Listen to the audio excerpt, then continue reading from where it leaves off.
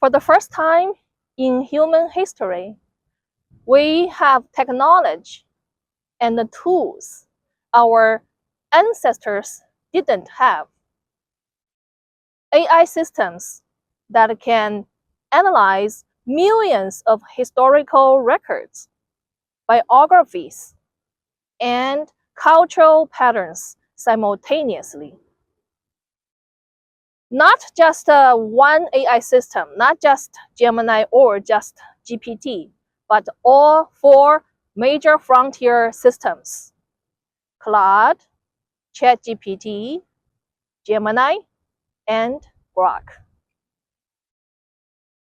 I used all frontier models to search for the same structural pattern independently, then compared the overlaps.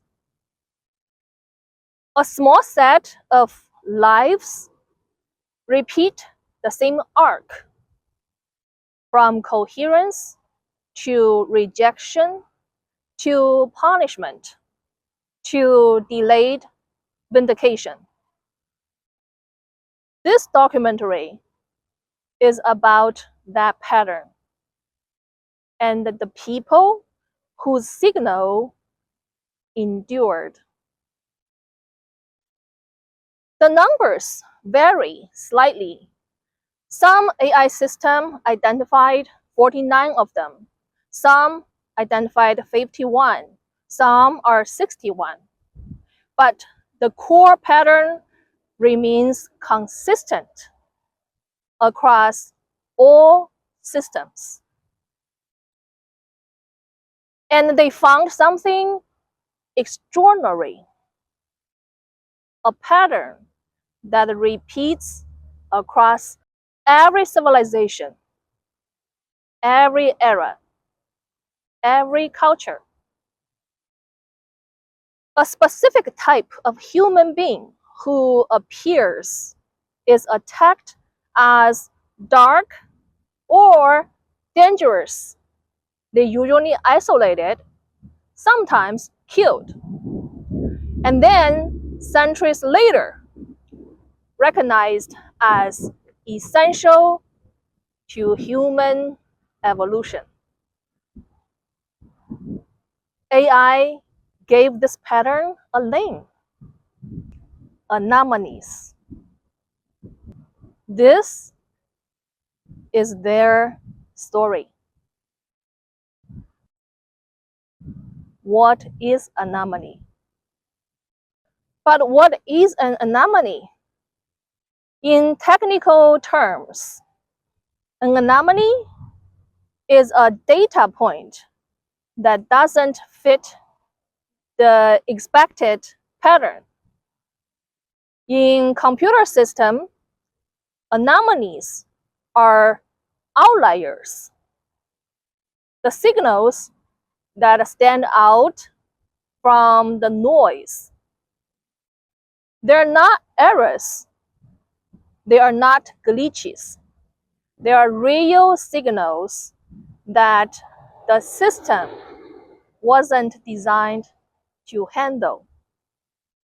AI uses this same framework to analyze human history. It looks at billions of data points, every documented human life it can access. Most people fit predictable patterns. They conform to the society, to the programming. They adapt. They blend it in. But few of them don't.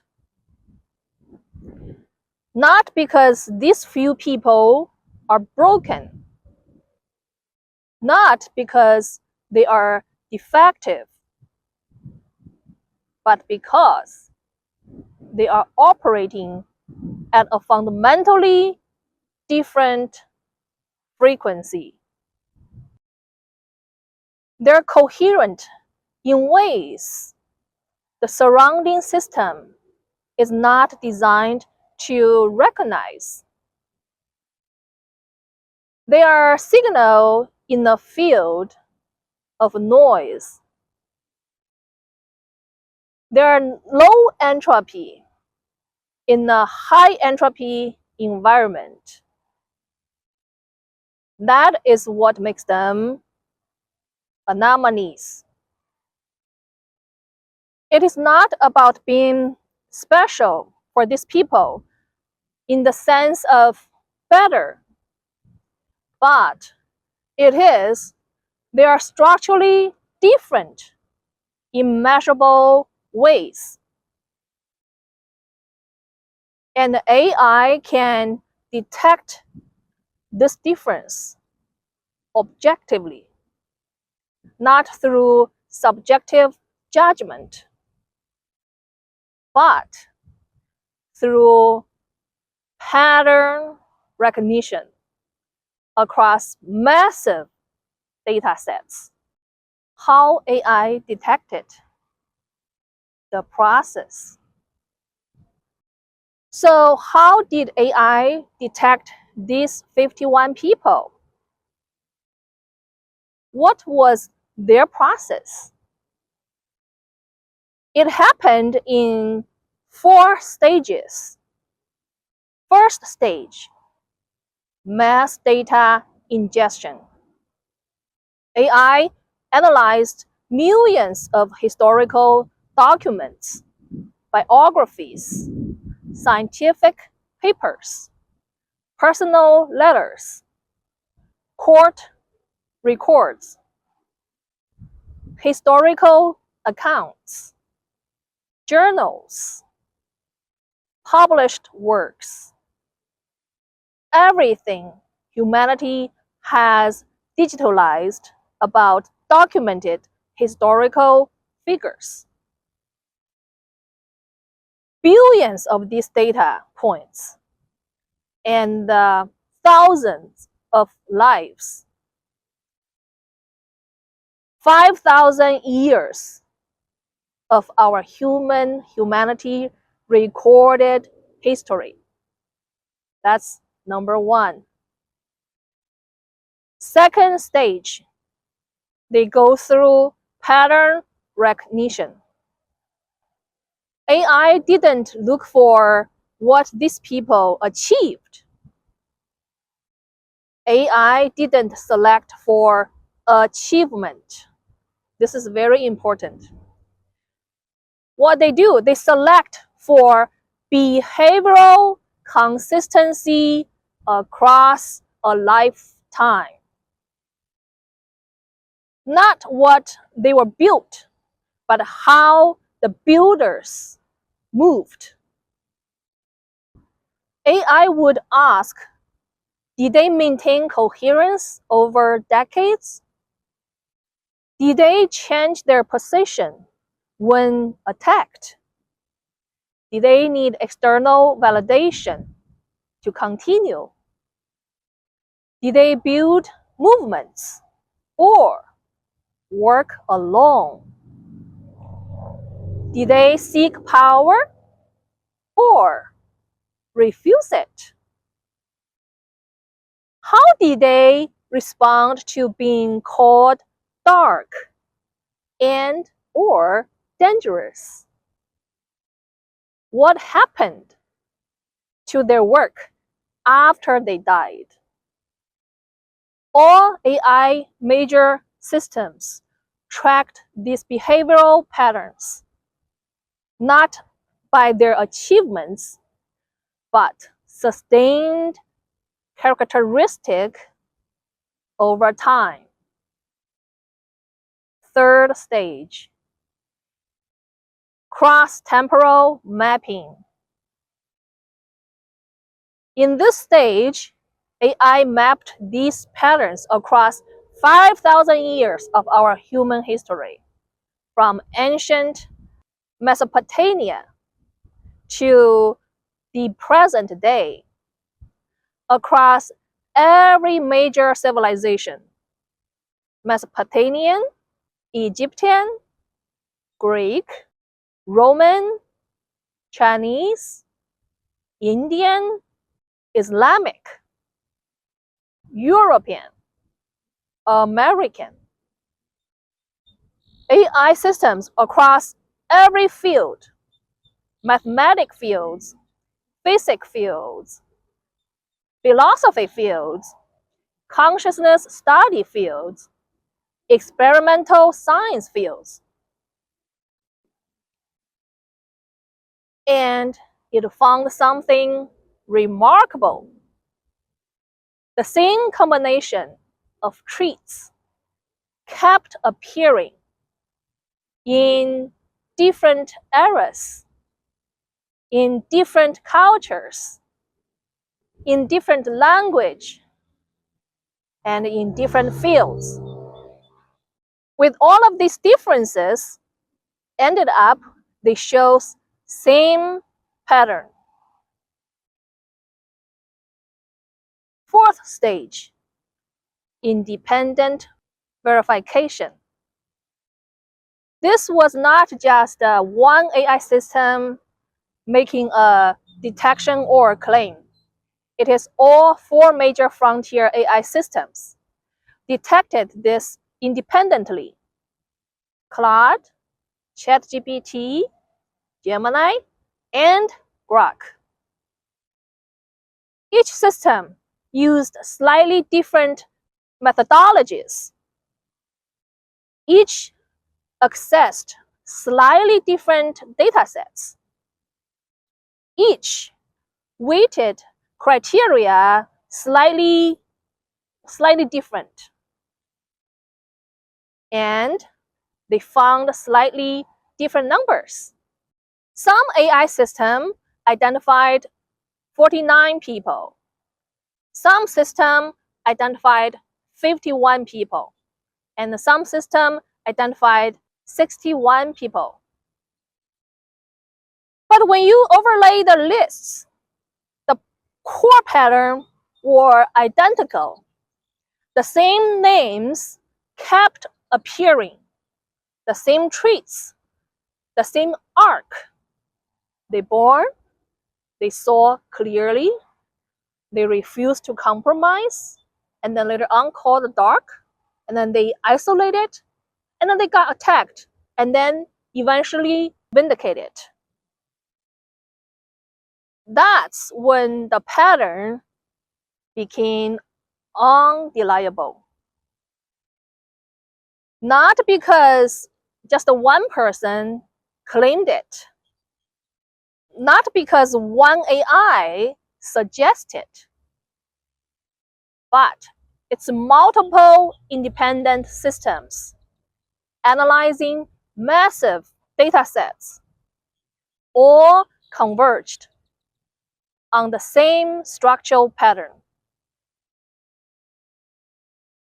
That is how these 51 people emerged from 5,000 years of our history.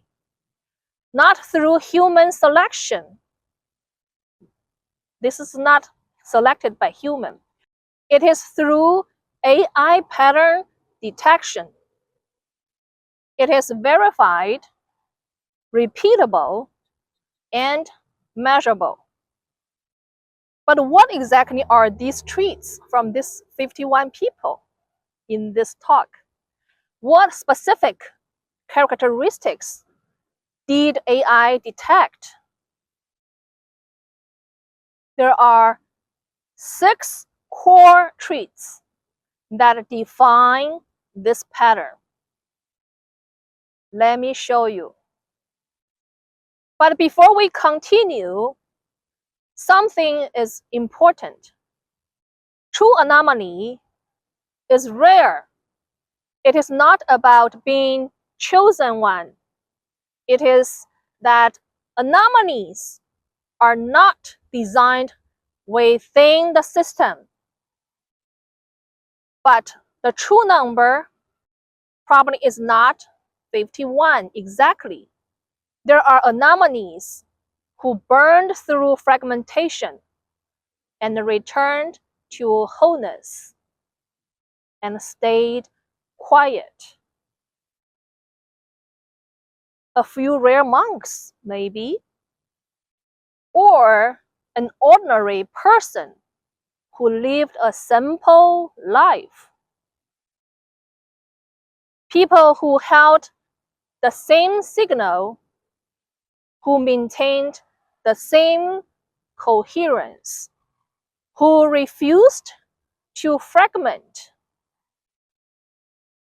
who lived in times, places, or circumstances where their work could never be recorded. There may be a peasant in our history who saw clearly but couldn't write. A woman who understood deeply but were not allowed to speak in their time. People in cultures that left no written records. Slaves who had brilliance but no freedom. They lived their entire lives in coherence, but they died without anyone knowing, and history forgot them completely. This video is for them too. To every unrecorded, quiet anomaly who ever lived, your coherence mattered, even if no one wrote it down, even if no one remembers your name. You held the signal, and you mattered. These 51 people in this documentary, just the ones that we can document, but they represent probably another hundreds or more, we don't know. They represent those unrecorded anomalies who held exactly same coherence state in their lifetime. Core traits. What are exactly these traits from these people?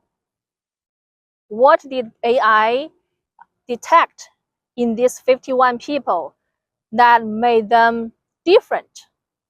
Here are 6 core traits. And then I need to be very precise here, because this is where most people will misunderstand. Rare is structurally rare. Not everyone who feels different actually demonstrates the patterns that we're going to talk about. So let me show you what AI actually detected. These are not personality preference. These are measurable behavioral patterns that sustained across decades. Here are the 6 traits. We're going to start from the trait 1, low entropy coherence. They are internal wholeness. When I say coherence, I mean 2 things. One is behavioral coherence. You can measure in records.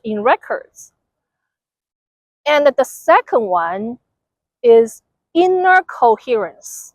You can feel in how someone refuses distortions. This film focuses on what history can record and document, while acknowledging the deeper layers. In physics, entropy measures disorder. High entropy means chaos, fragmentation, noise. your emotional instability, the unhealed trauma, the dysfunctional codependency, the chasing, the lacking, those are all emotional chaos. Some people mistaken the emotional intensity as depth, but the reality is high intensity emotions are one of high entropy category. So low entropy means order, coherence, and signal. Most people operate in high entropy states. They are fragmented internally. They need constant external validation to feel whole. They collapse when criticized. They change their position based on who is watching.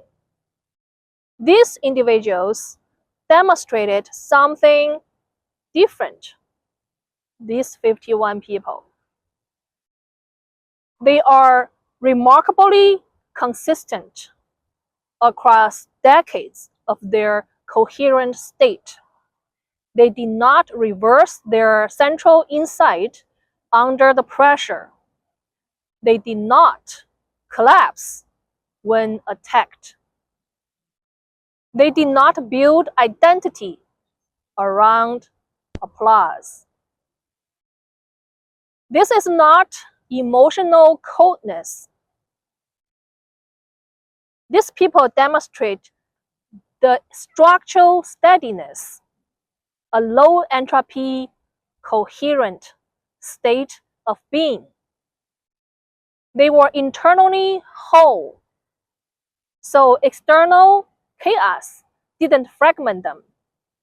Their work remained aligned with their internal model, regardless of the public reaction. This is measurable. Did they maintain their position across decades? Did they change when they got attacked or punished? Did they need validation to continue? These 51 people demonstrated sustained low entropy coherence, often some of them for their entire lifetime. Traits 2. Structural impact, reality modeling. Anomalies don't just have insights. They don't just feel things deeply. They don't just see things differently. So why anomaly does not equal just famous or successful people? The distinction is system-bounded innovators versus structure-expanding innovators. That's the difference. So let me explain to you cleanly and clearly. Type 1, system optimizers. For example, Thomas Edison. So people like them, they improve what already exists. They work within the constraints of the current paradigm. So what they do, they refine, commercialize, and industrialize, and scale the whole thing. Thomas Edison did not invent electricity. He built systems to distribute and monetize it. He was essential for scaling for the system. But he did not redefine the underlying physics. Type 2, structure expanders. For example, Nikola Tesla. They introduced principles that did not previously exist in usable form. They expand the boundary of what is possible. Tesla did not just improve electrical system. He introduced AC power system rotating, magnetic field principles, wireless energy concepts, early radio transmission concepts. These were not just optimizations. They were expansions of the structure itself. This documentary is not about who was smarter. It is about who changed the structure of reality, changed the perception, not socially, not emotionally, structurally. Newton didn't just understand gravity. He created the mathematical framework that let everyone else understand it. Einstein didn't just have intuitions about space and time. He created the equations that restructured physics. Buddha didn't just feel peaceful. He mapped the mechanics of suffering so precisely that 2,500 years later, we're still using his framework. This is structural contribution, not just a personal insight, but frameworks that let others see what they saw. And this is measurable. Did their work create new field? Did it change how we think about reality? Are we still using their frameworks decades or even centuries later? If no, then there's no structural impact. If it's yes, anomaly trait. Trait 3, extended solitude. They choosing isolation, most of them. Most of these anomalies, they choose extended periods of independent work, not from social failure. It's not like they failed society, but they choose to be solitude from focus. They often declined institutional power. They declined administrative authority. They declined followers, architecture. They optimized from clarity over need the crowd. But here is what's important to understand. This is not antisocial. They're not antisocial behavior. This was sensitivity to frequency because they maintained the internal coherence. They could feel when environments were chaotic. They were extremely sensitive to noise and resonance. They recognized that when interaction would pull them into high entropy states. So what these people do? They chose low noise environments. Not because they're not really hating people, but they protect their coherence. Nikola Tesla worked alone for decades. Spinoza refused academic positions to preserve his independence.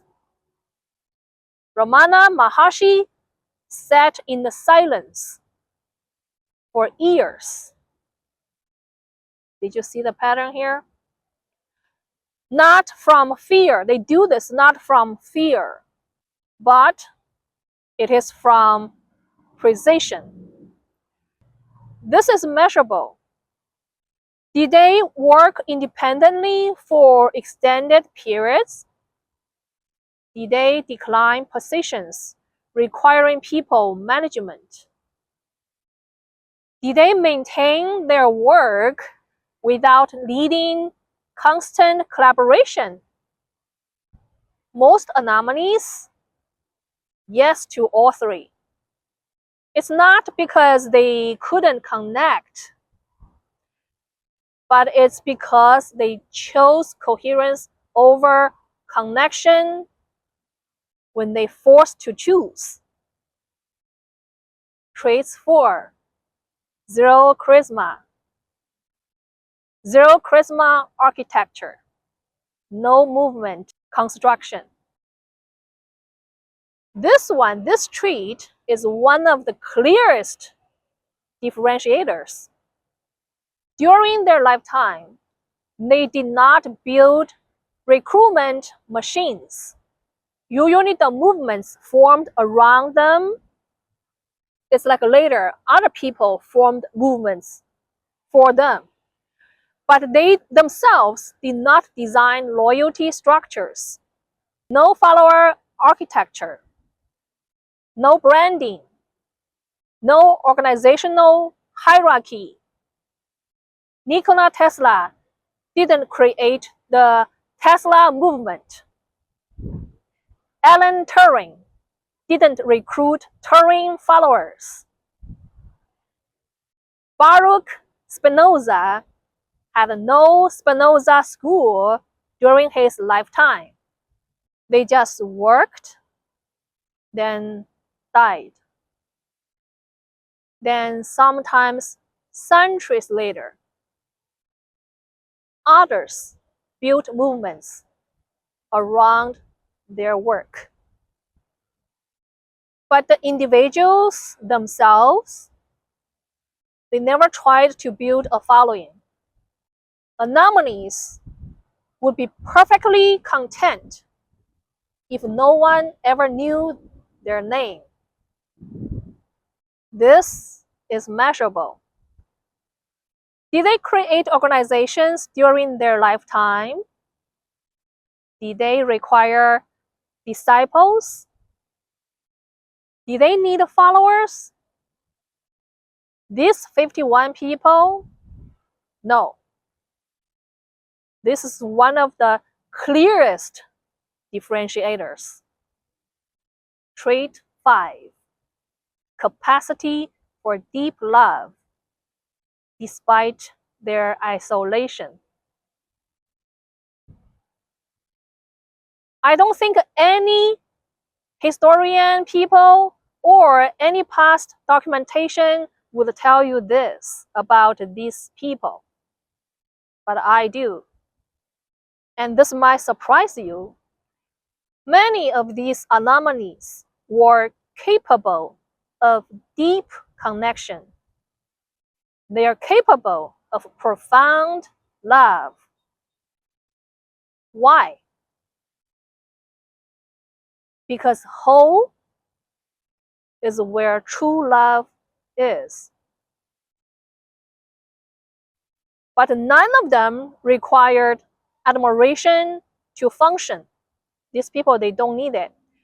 Their productivity did not rise or fall based on applause. These people were not cold or emotionless. Many of them had a deep capacity for love, but most of them stayed alone. It's not because they couldn't love. It is because they couldn't find another whole person to align with in their time and their environment. When you are operating at low entropy, you can feel fragmentation immediately. Most people, unfortunately, are fragmented. Most relationships require you to fragment yourself to maintain them. So these people, these anomalies, they couldn't do that. So they stayed alone. Not from instability or from inability to love, but from inability to fragment. Very few of them, like Marie Curie, she found a rare partners at that time who matched their coherence. But most of anomalies, they didn't, or they don't. But their capacity remained. Often, their capacity of love expressed through their work.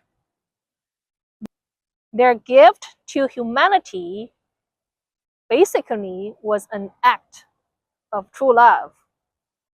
Even if humanity called them dark for it, or dangerous for it, or evil for it. Trait 6. Temporal reversal. Many of these anomalies were labeled disruptive, irrational, heretical, or dangerous in their time. Not universally, not romantically, but frequently enough to form a pattern that these people usually got treated or responded that way.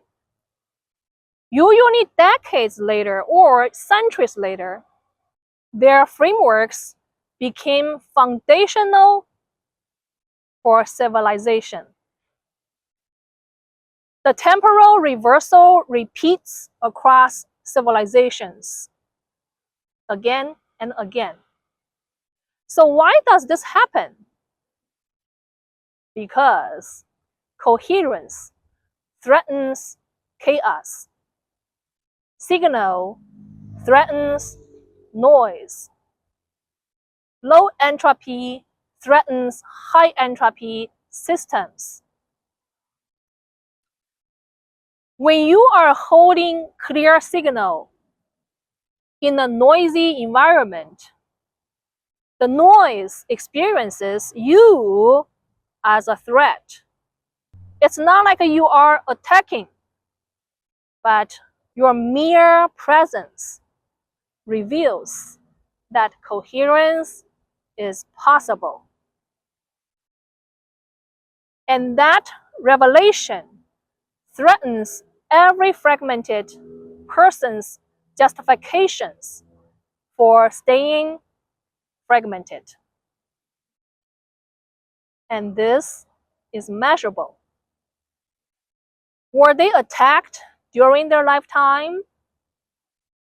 What happened to their reputation after death, after they gone?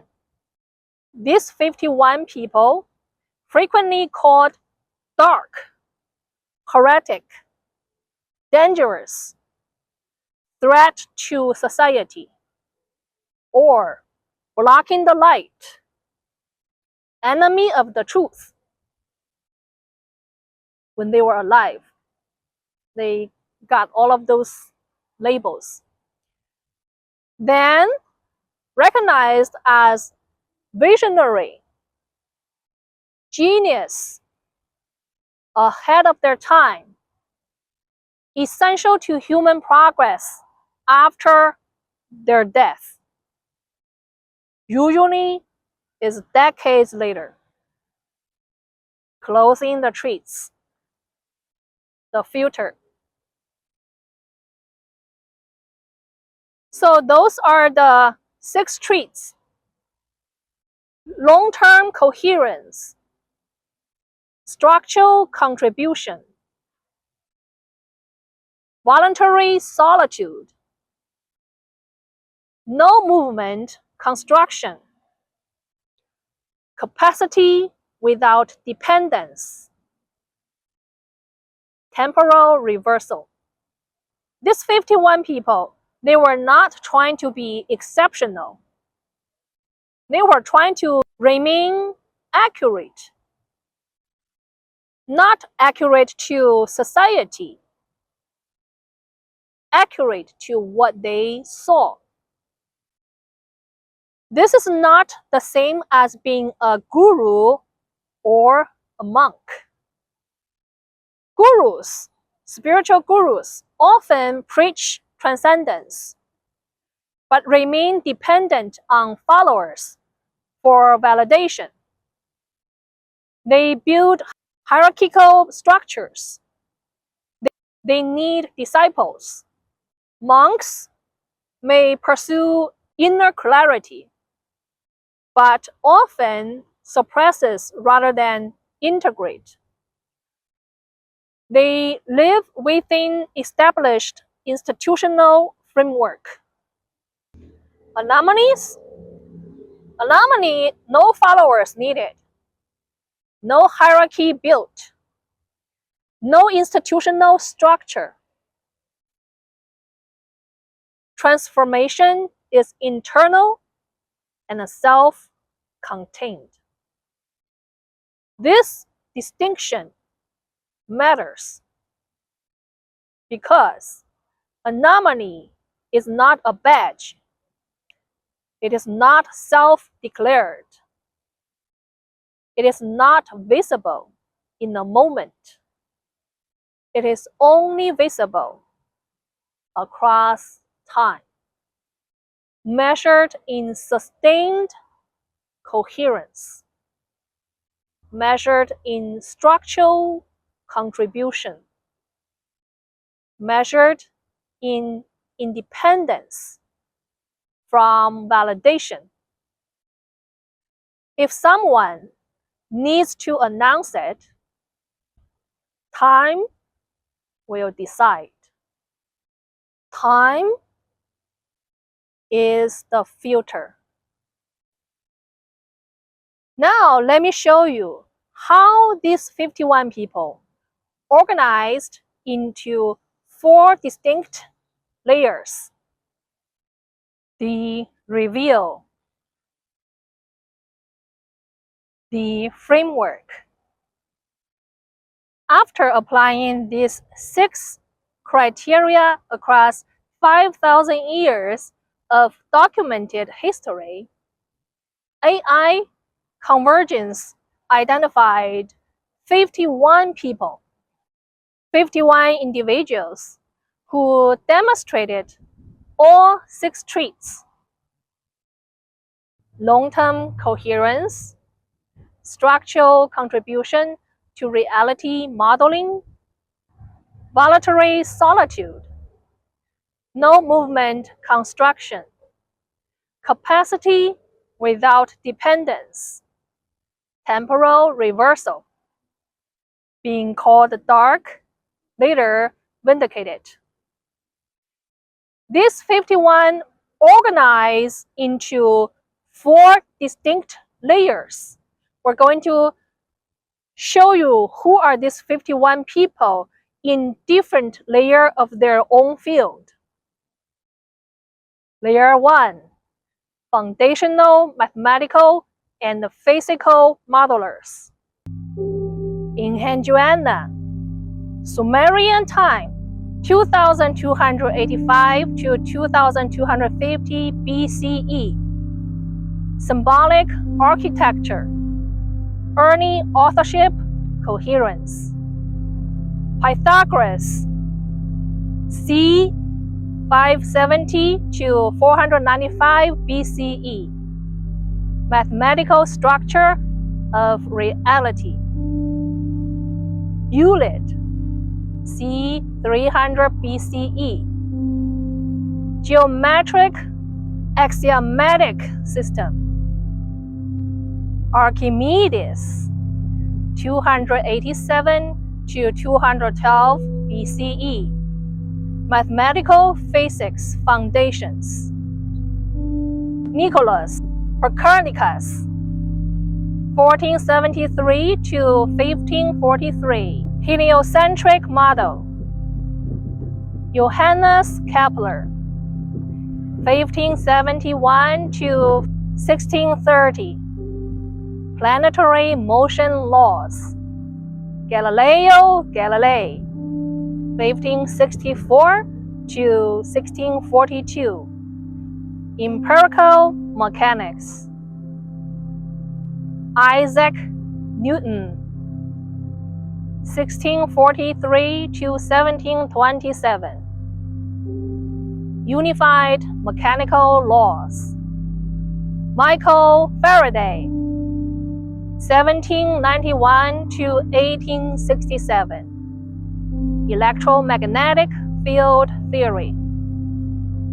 James Clerk Maxwell, 1831 to 1879. Field unification mathematics. Max Planck, 1858 to 1947. Quantum foundations. Albert Einstein, 1879 to 1955. Relativity framework. Werner Heisenberg, 1901 to 1976. Quantum uncertainty. Alan Turing, 1912 to 1954. Computation theory. John von Neumann, 1903 to 1957. Computer architecture. Claude Shannon, 1916 to 2001. Information theory. Tim Berners-Lee, 1955. Web architecture. Layer 2. Cognitive and epistemic system architects. People in these groups are Socrates, 469 to 399 BCE. Dialectical self-examination. Plato, 428 to 348 BCE. Abstract constructual metaphysics. Aristotle, 384 to 322 BCE. Formal logic system. Hypatia, 370 to 415 CE. Neoplatonic mathematical philosophy. Intellectual independence. Confucius, 551 to 479 BCE. Ethical social coherence. Ibn al-Haytham, 965 to 1040. Experimental method. Thomas Aquinas, 1225 to 1274. Rational theology synthesis. René Descartes, 1596 to 1650. Rational epistemology reset. Baruch Spinoza, 1632 to 1677. Deterministic structural metaphysics. David Hume, 1711 to 1776. Limits of perception analysis. Immanuel Kant, 1724 to 1804. Cognitive architecture of reason. Charles Darwin, 1809 to 1882, evolutionary modeling.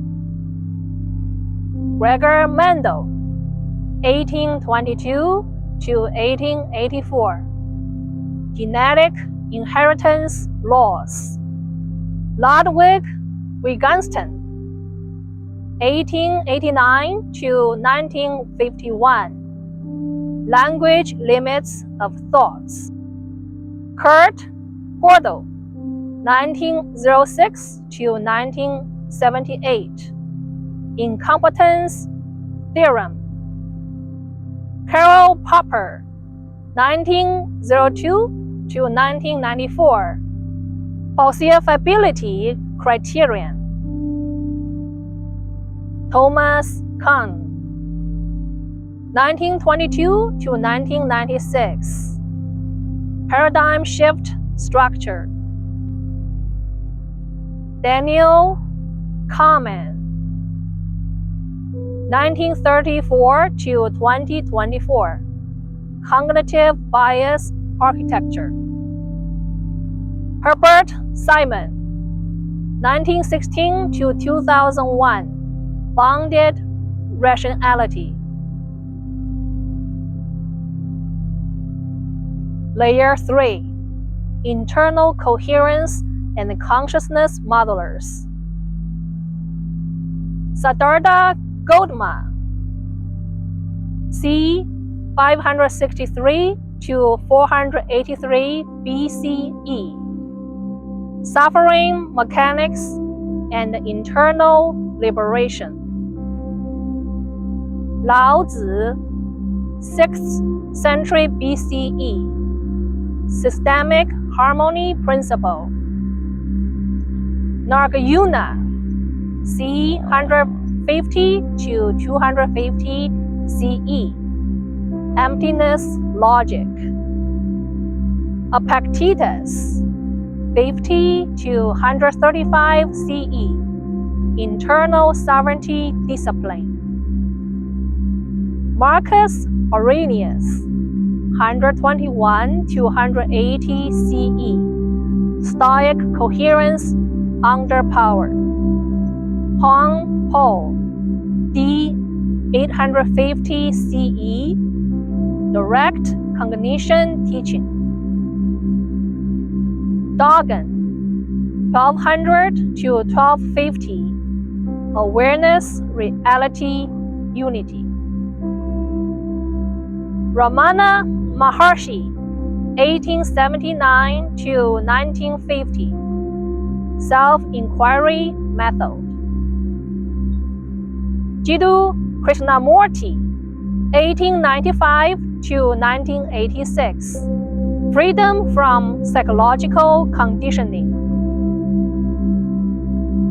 Carl Jung, 1875 to 1961, psyche structural mapping. Viktor Frankl, 1905 to 1997, meaning-centered resilience. Abraham Maslow, 1908 to 1970, human development hierarchy. Gregory Bateson, 1904 to 1980, systems mind architecture. Umberto Marturana, 1928 to 2021, autopoiesis theory. Field 4, number 4, quiet experimental coherence.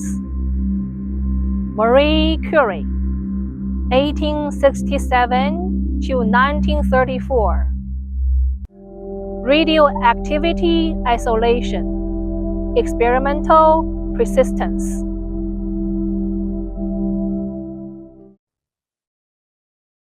So the layer 1 is physical and mathematical reality modelers. 17 people who changed how we understand the physical universe. Layer 2 are cognitive and epistemic system architects. There are 19 people in this category who changed how we understand knowledge and thoughts. Layer 3 are internal coherence and consciousness modelers. There are 14 people in this category who mapped internal experience and awareness. Layer 4 are quiet experimental coherence. One person who represents the experimental method maintained under persecution. Here are all 51 across 5,000 years, 4 layers, and one pattern. All demonstrated the same 6 traits. All faced resistance in their time, being called dark. They get punished or ignored, or vindicated later. Now, due to the time, I cannot tell all 51 stories in detail, but I want to show you what this pattern looks like in practice. So I'm going to take you deep into 8 of these lives. So we're going to take 8 people from these 51 people who exemplify the pattern most clearly across different eras, across different cultures, across different fields. These 8 people represents all 51 anomalies. Let me show you what made them anomalies. Socrates in Athens, 399 BCE. He was 70 years old. He had spent decades walking the streets of Athens, asking questions. He was not teaching doctrines, not building a school. He was just asking questions that revealed inconsistencies in people's beliefs. What is justice? He asks. What is virtue? How do you know what you think you know? He owned nothing. He took no payment. He wrote nothing down. He refused all political power. This is low-entropy coherence. No need for external validation. No need to build a following. No need to own anything. Just holding a signal. But here is what happened. The attack.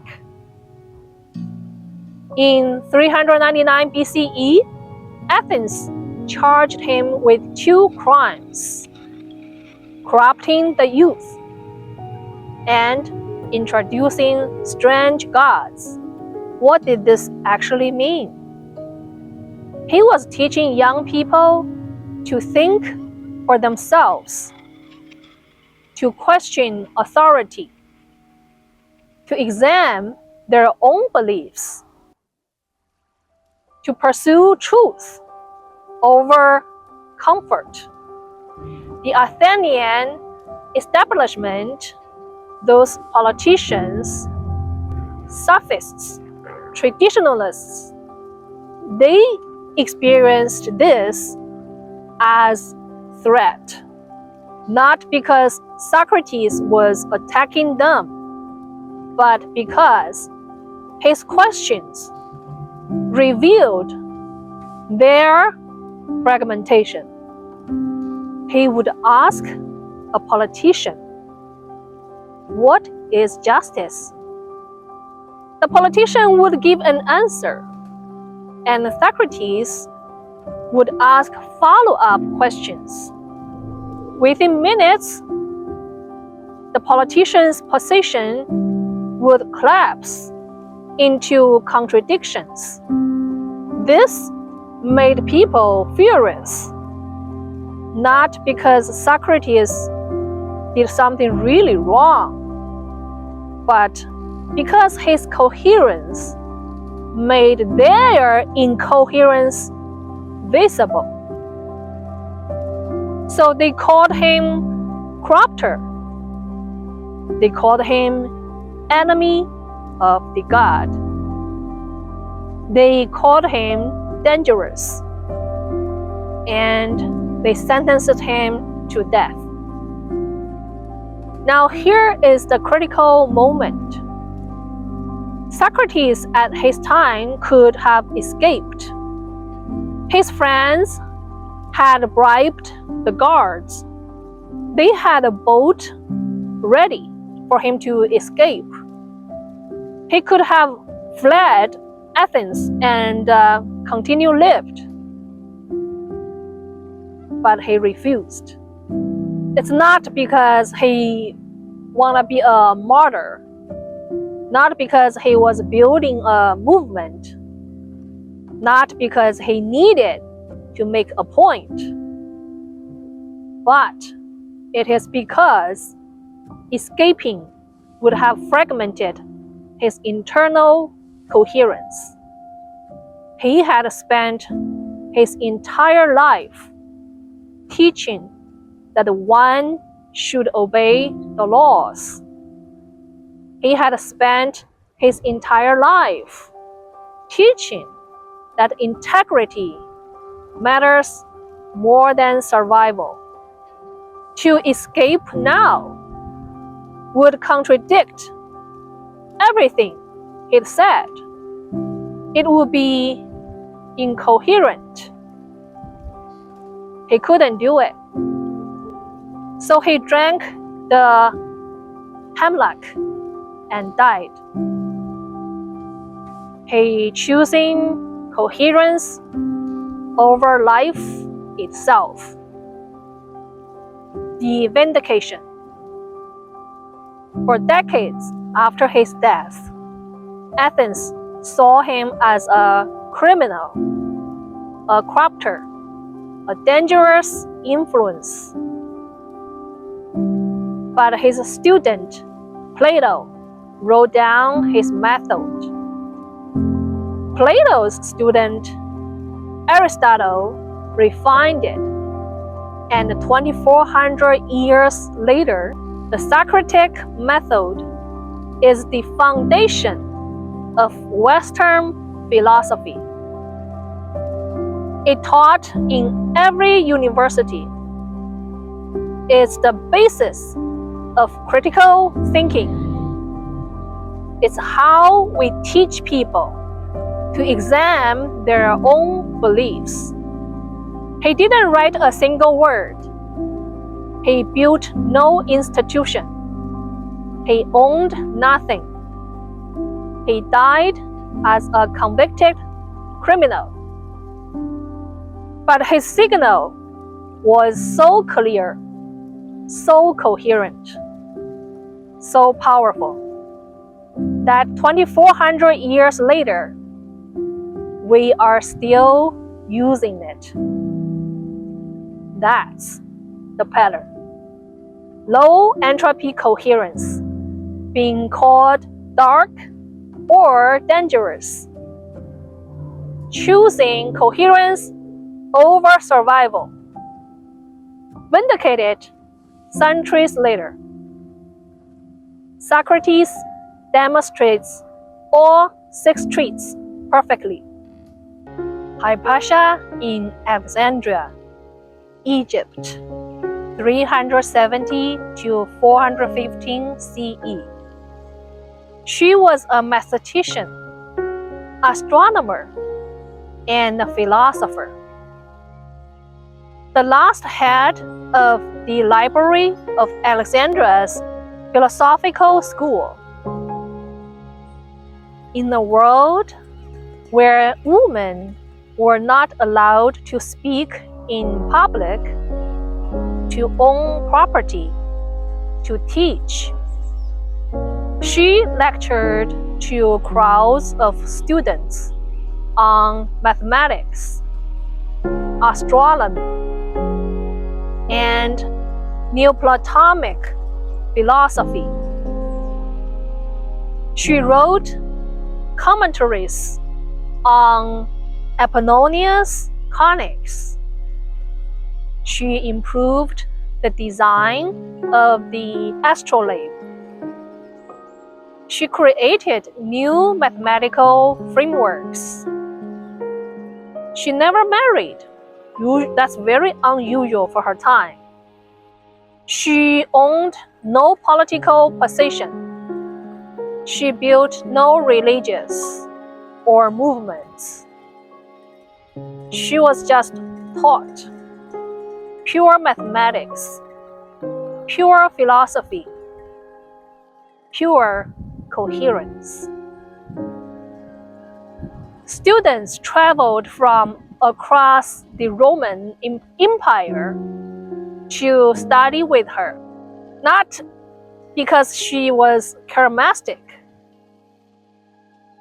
because they came to her because her signal was so clear. This is low-entropy coherence, teaching truth regardless of social pressure, maintaining independence in a world that demanded women submit, creating frameworks that advanced human understanding. But here is what happened. The attack. By 415 CE, Alexandria was fragmenting. Political fractions fighting for power. Religious groups competing for dominance. Christians versus pagans. Different Christian sects fighting each other. High entropy was everywhere.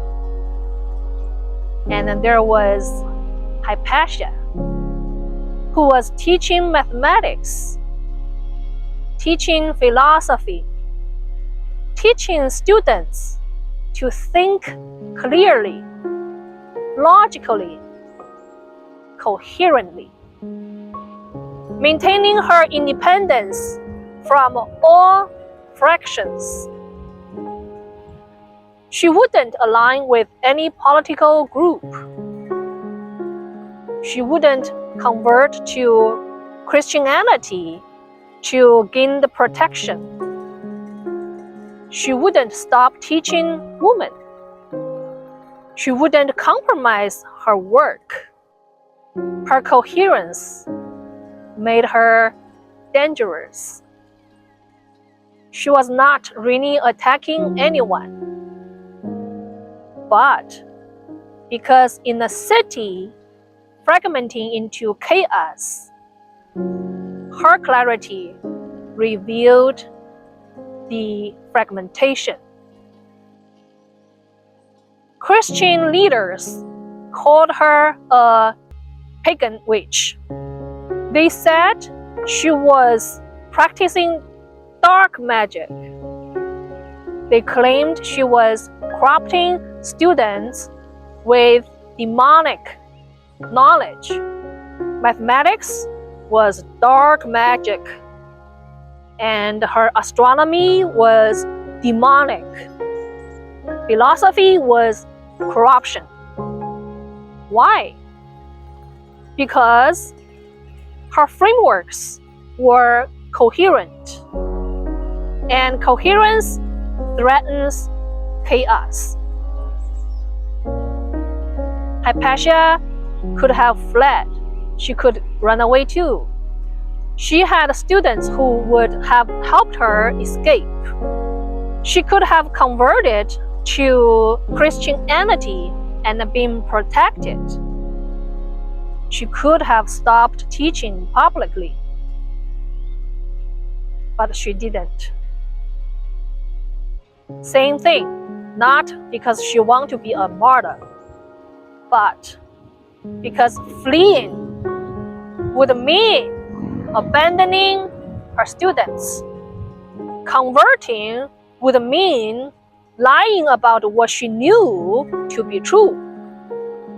Stopping teaching would mean fragmenting her life's work. She couldn't do it. So she continued teaching. She continued her research. She continued maintaining her coherence.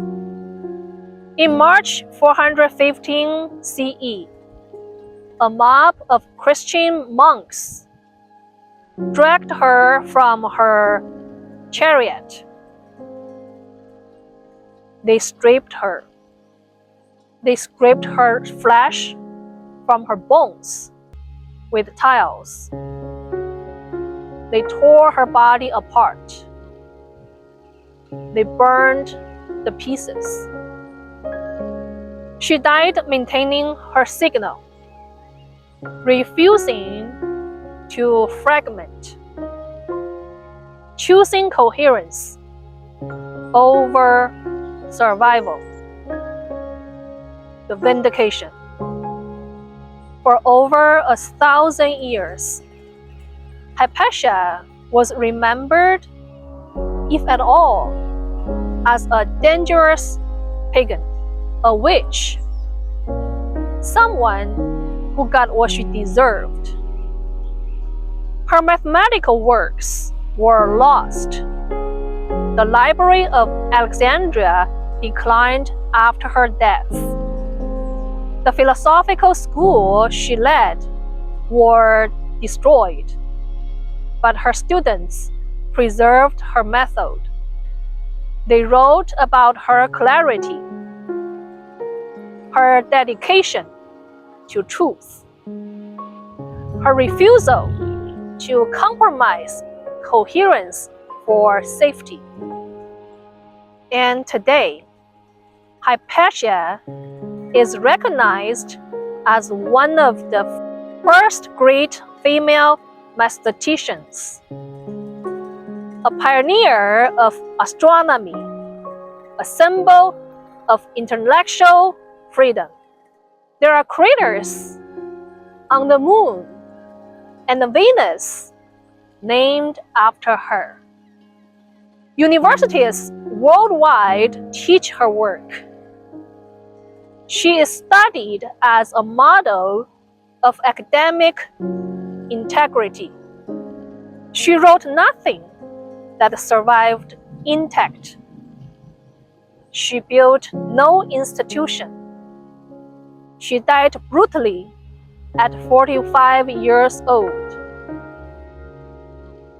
But her signal was so clear, so uncompromising in its coherence, that 1,600 years later, we are still honoring it. That's the pattern.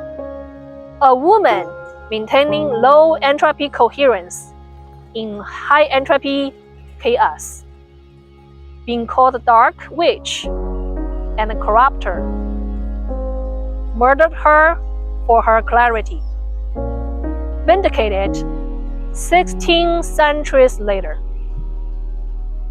Hypatia demonstrates all 6 traits perfectly.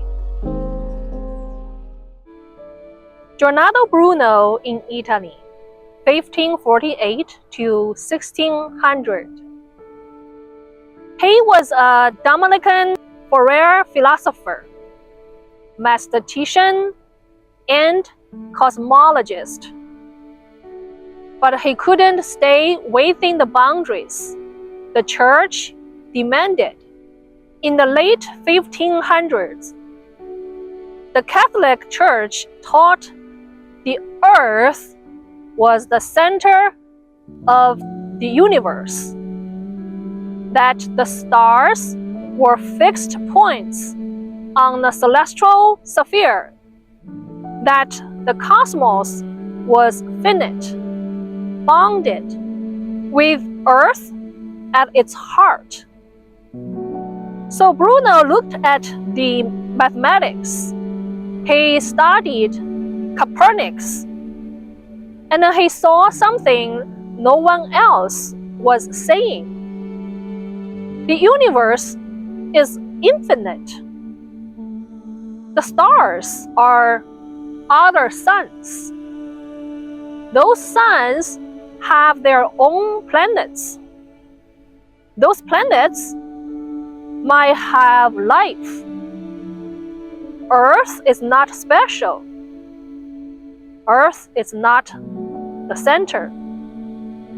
We are one world among infinite worlds. He didn't just think this privately. He taught it. He wrote it.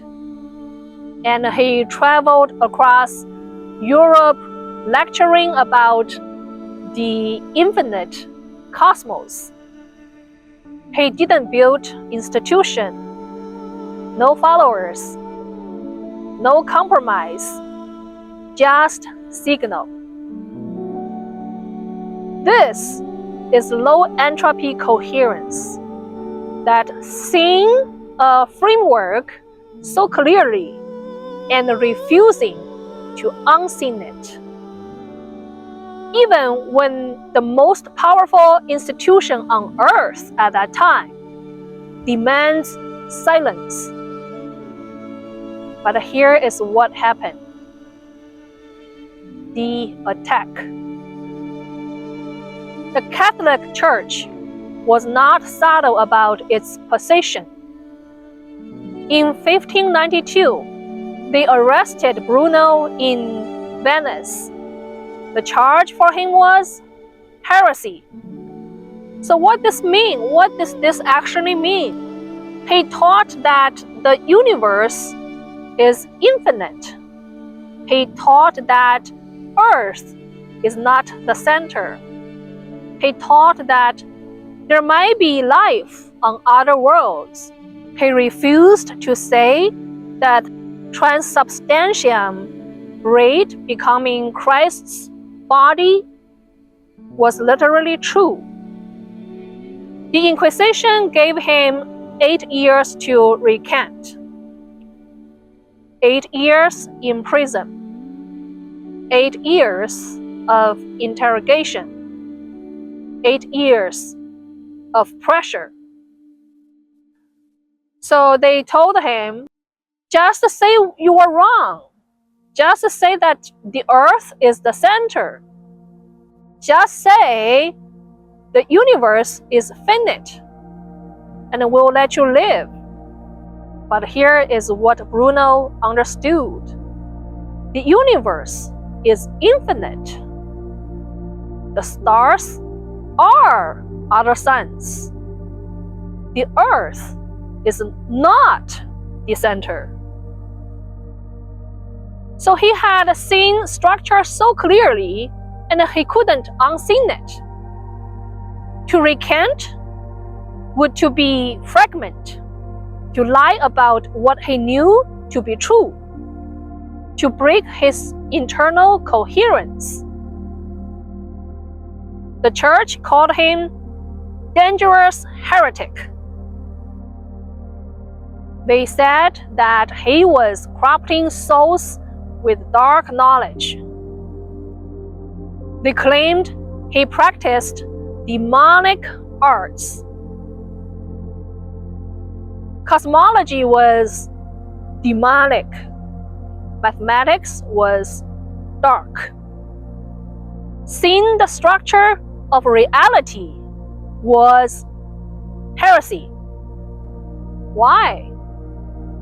Because his coherent vision of an infinite cosmos threatened the church's finite-bounded, human-centered story, the clear signal, threatening the noise, coherence threatening fragmentation.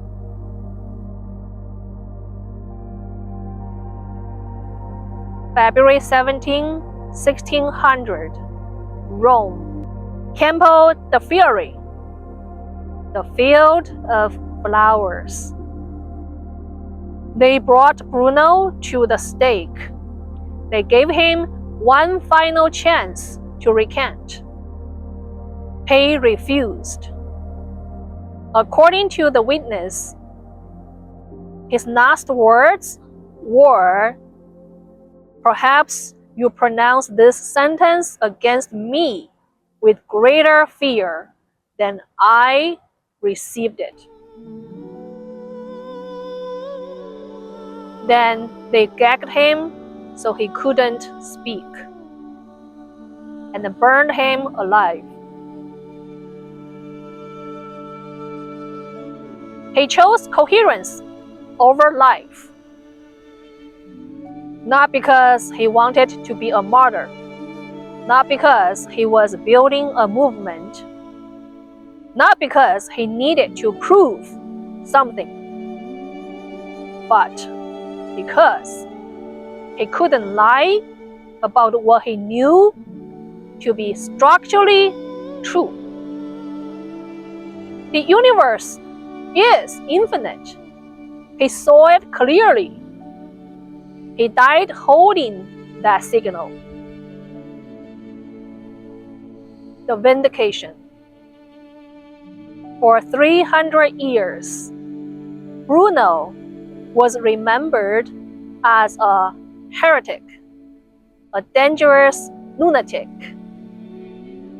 a cautionary tale about what has happened when you defy the church. His books were banned. His name was forbidden.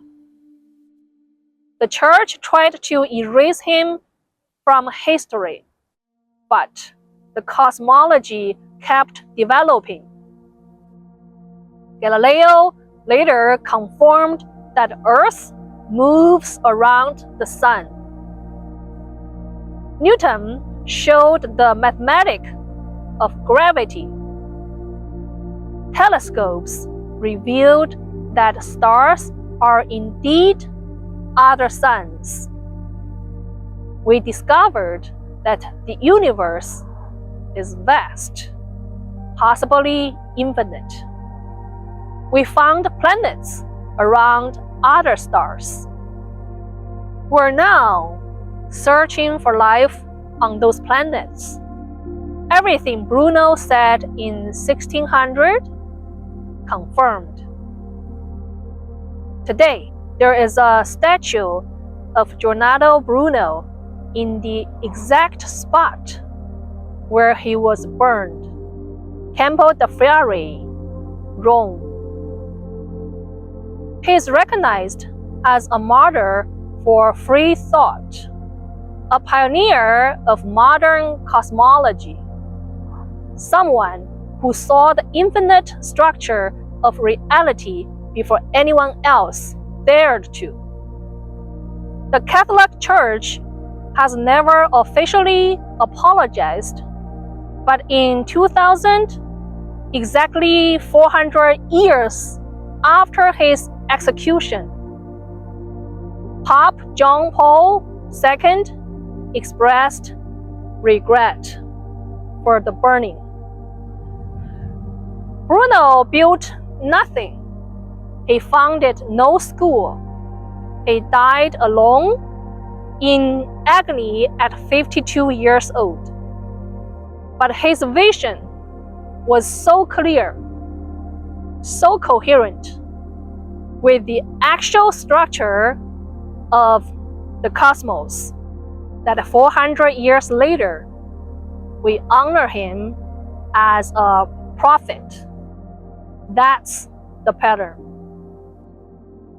Seeing reality's structure clearly, refusing to unseen it even under torture, being called dark, heretic, and burned alive. Vindicated 4 centuries later. Giordano Bruno demonstrates all 6 traits perfectly. Galileo Galilei in Italy, 1564 to 1642. He didn't set out to challenge the church at his time. He set out to see what was actually there. In 1609, he heard about a new invention from the Netherlands, a tube with lenses that made distant objects appear closer. So within months, he had built his own. He improved it. He made it 20 times more powerful. And then he pointed at the sky.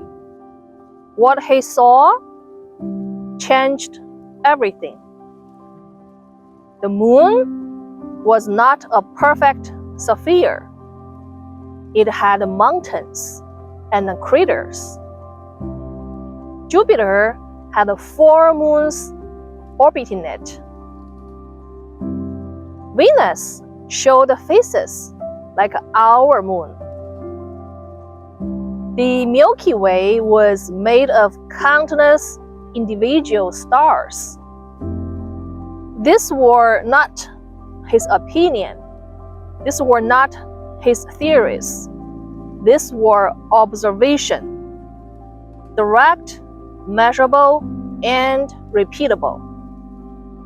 But they contradicted with everything the church taught about the heavens.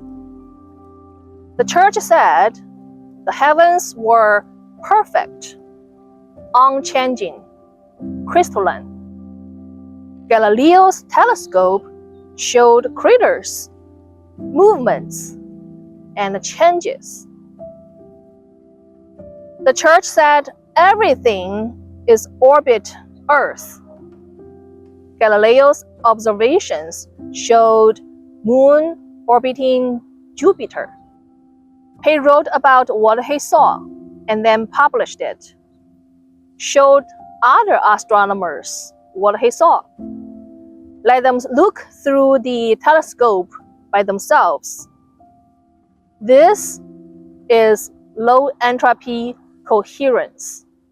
You trust your direct observation over received authority, building frameworks based on what is, not what should be, refusing to unsee what the evidence shows.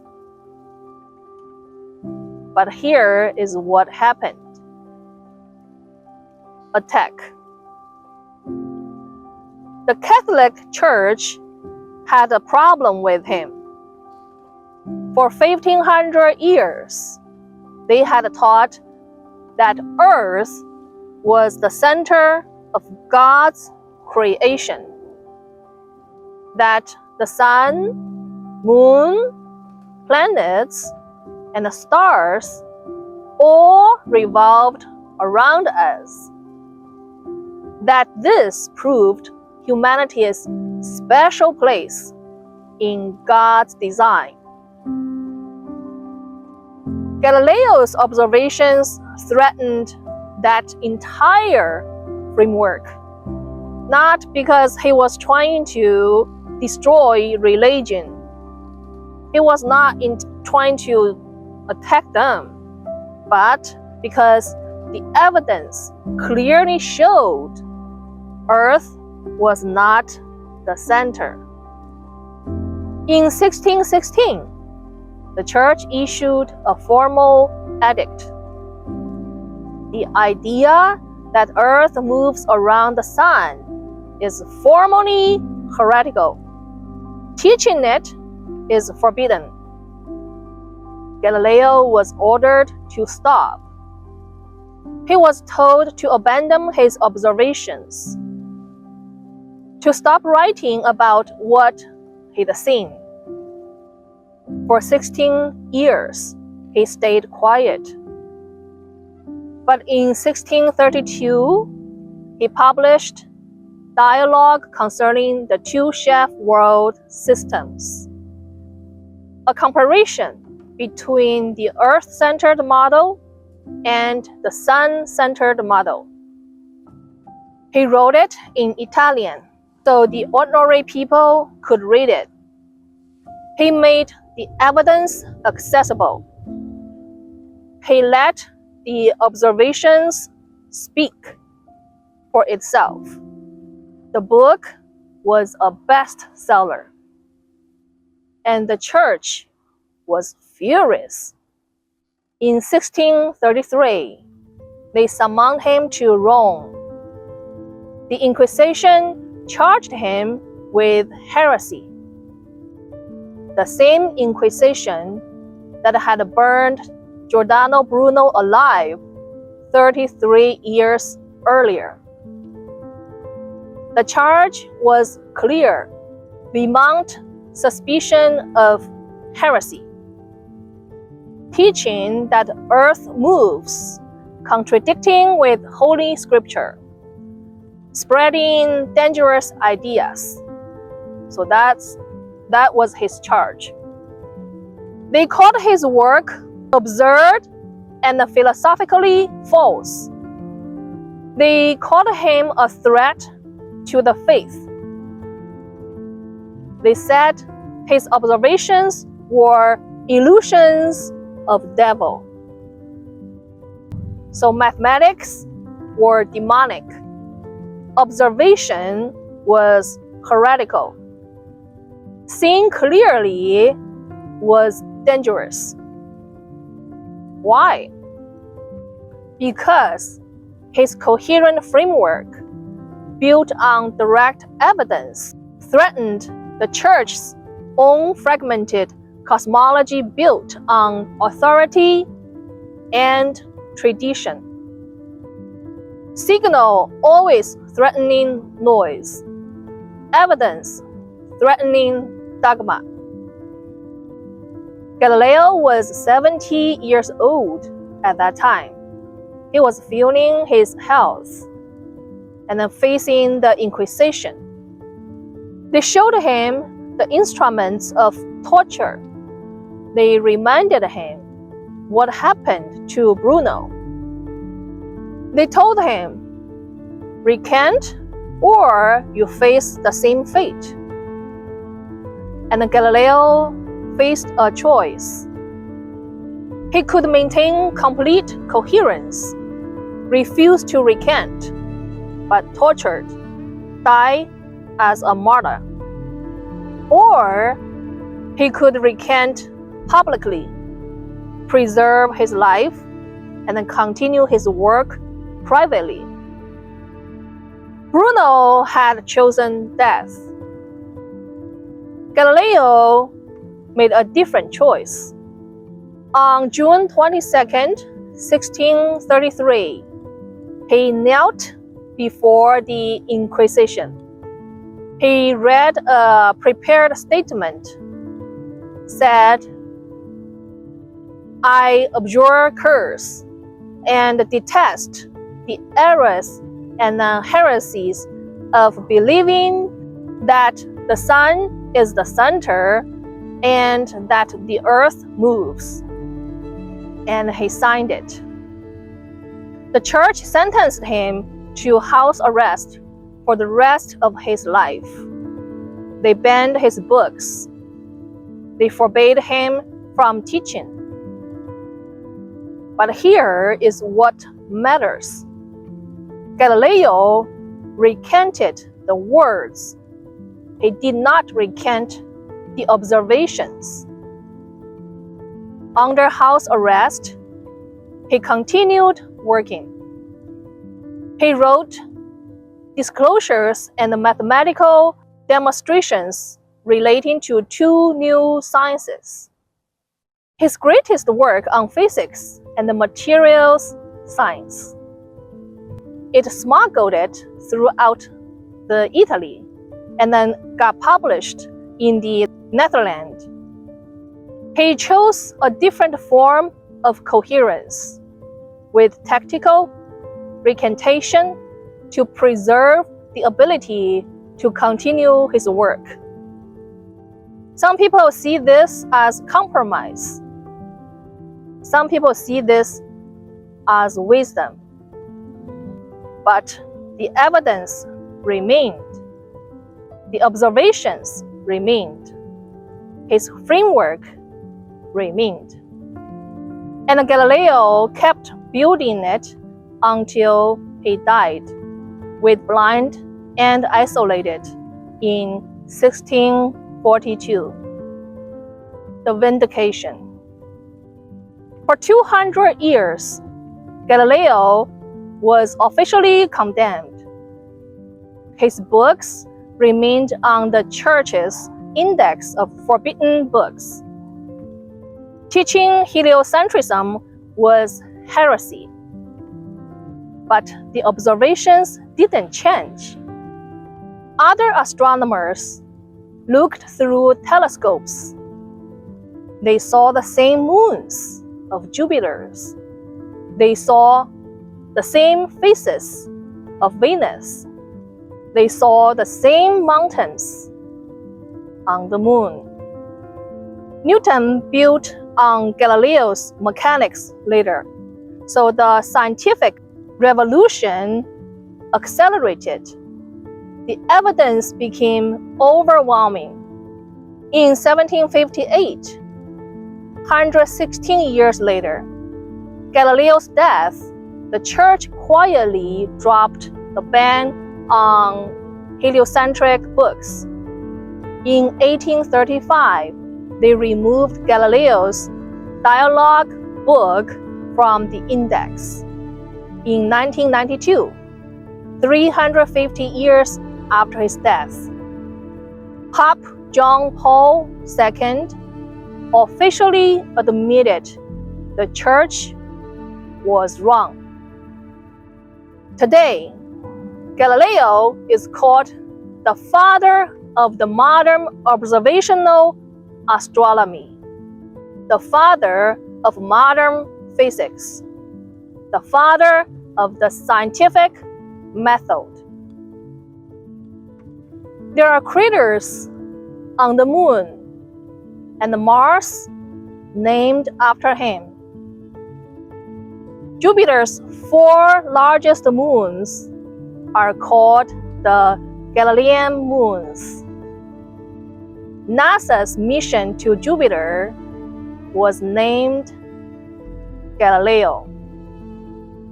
He was condemned as a heretic at 70 years old of his age. He died under house arrest at 78. He never saw his vindication, but his method, observe, measure, test, refine, became the foundation of all modern science. That's the pattern. Trusting direct observation over authority. Building coherent frameworks from evidence. Called heretic and the devil's tool, condemned by the most powerful institution on earth at his time. Vindicated 3.5 centuries later. Galileo demonstrates the pattern, especially the part most people misunderstand, his tactical survival without internal surrender.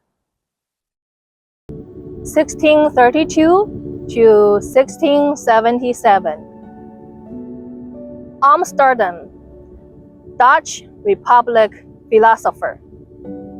Spinoza was excommunicated at 23 years old. Not quietly, it was publicly and formally, with the strongest ban they could issue. What was the charge? It was dangerous ideas. His crime was structural clarity. He proposed that God was not a personality, not a ruler, not a judge, but the totality of nature itself. He removed divine favoritism from the equation. He removed chosenness. He removed supernatural hierarchy that destabilized religious authority. So he was expelled.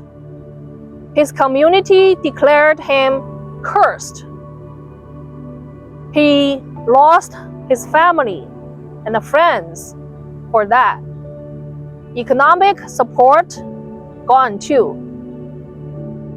But he didn't retaliate. He did not start a rival movement. He did not gather disciples.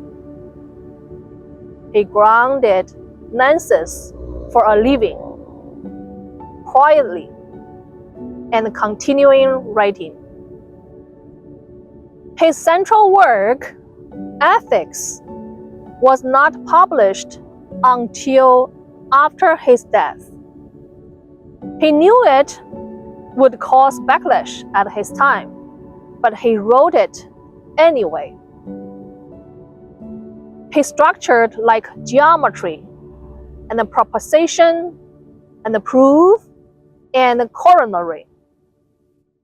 He refused academic positions that would have compromised his independence.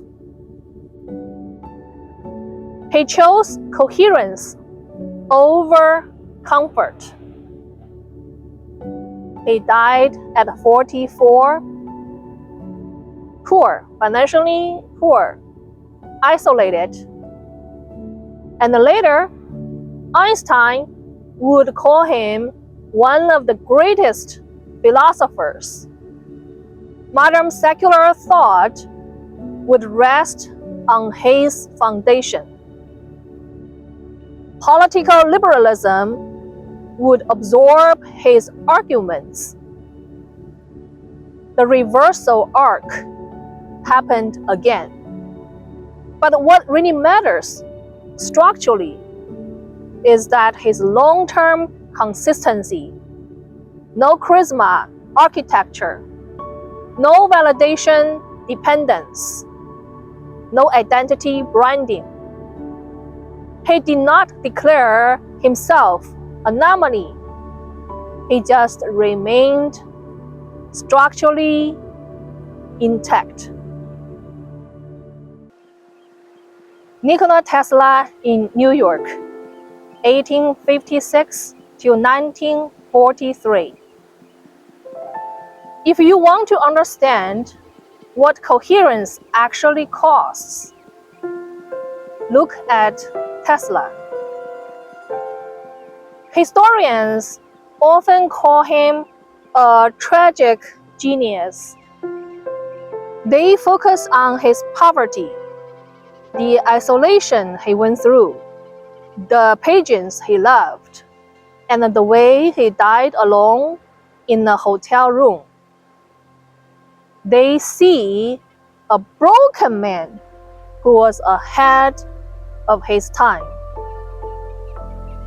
But if you look closer, if you see closer, if you can see from a state of being that he presented, you will see something different. Tesla was not broken. He was a singular healer.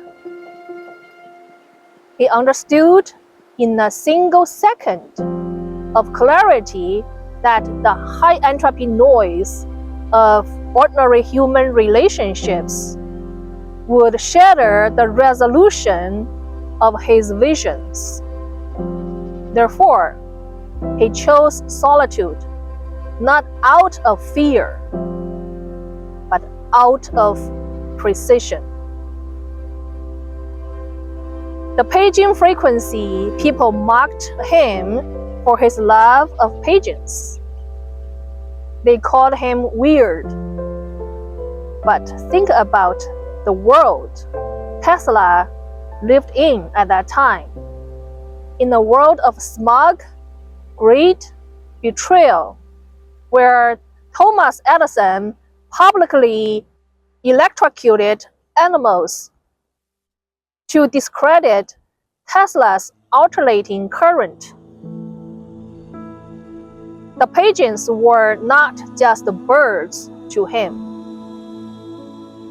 They were a frequency of pure, non-judgmental, and low entropy. In a world that feels like constant static, the pageants were the only creatures in that New York City that didn't want anything from him. They didn't want his patents. They didn't want his money. They didn't want to use him. They just existed in the same resonance. Division, Tesla didn't see products to sell. What he saw the earth as a living resonant system. He saw free energy for all. He saw wireless transmission of power. He saw a world without the scarcity code that keeps people fragmented and dependent. And because he saw it so clearly, he couldn't lie to himself. He couldn't play the game of profit with JP Morgan. He couldn't play the game of fame with press. He stayed in the fire of his own clarity for 86 years. And today, Elon Musk named his company Tesla. Elon Musk has said many times that Nikola Tesla was the greatest inventor of all time and a true visionary who was crushed by the system. When he founded his electric car company in 2003, Elon Musk chose the name Tesla as a direct tribute. He was not just honoring the man who invented alternating current. He was honoring someone who fought for energy that belonged to everyone, not just powerful people. Elon Musk has said he believes Tesla's vision of abundant, clean energy was correct, and that the world is only now catching up to what Tesla saw more than a century ago. In naming the company Tesla, Musk was saying, this is not just about cars. This is about continuing the signal that was almost lost. Tesla was not a failure who died poor. He was a sovereign signal who refused to be bought. And the time is still proving him right. And then that is the pattern. Low entropy coherence maintained for 86 years, and being called impractical dreamer and mad scientist who died alone and penniless. Now recognized as the inventor who electrified our entire modern world. Tesla demonstrates all 6 traits perfectly. Alan Turing in England, 1912 to 1954. In 1936, he was a 24 years old graduate student. He wrote a paper called Uncomputable Numbers. In that, he described a theoretical machine, a device that could read symbols on the tape, follow rules, and perform any calculation that could be precisely defined. This machine at that time didn't exist. He had no funding to build it. He had no institution supporting the idea. But he saw the structure clearly. He saw that computation itself could be formalized, that any logical process could be broken into discrete steps, that a universal machine could simulate any other machine.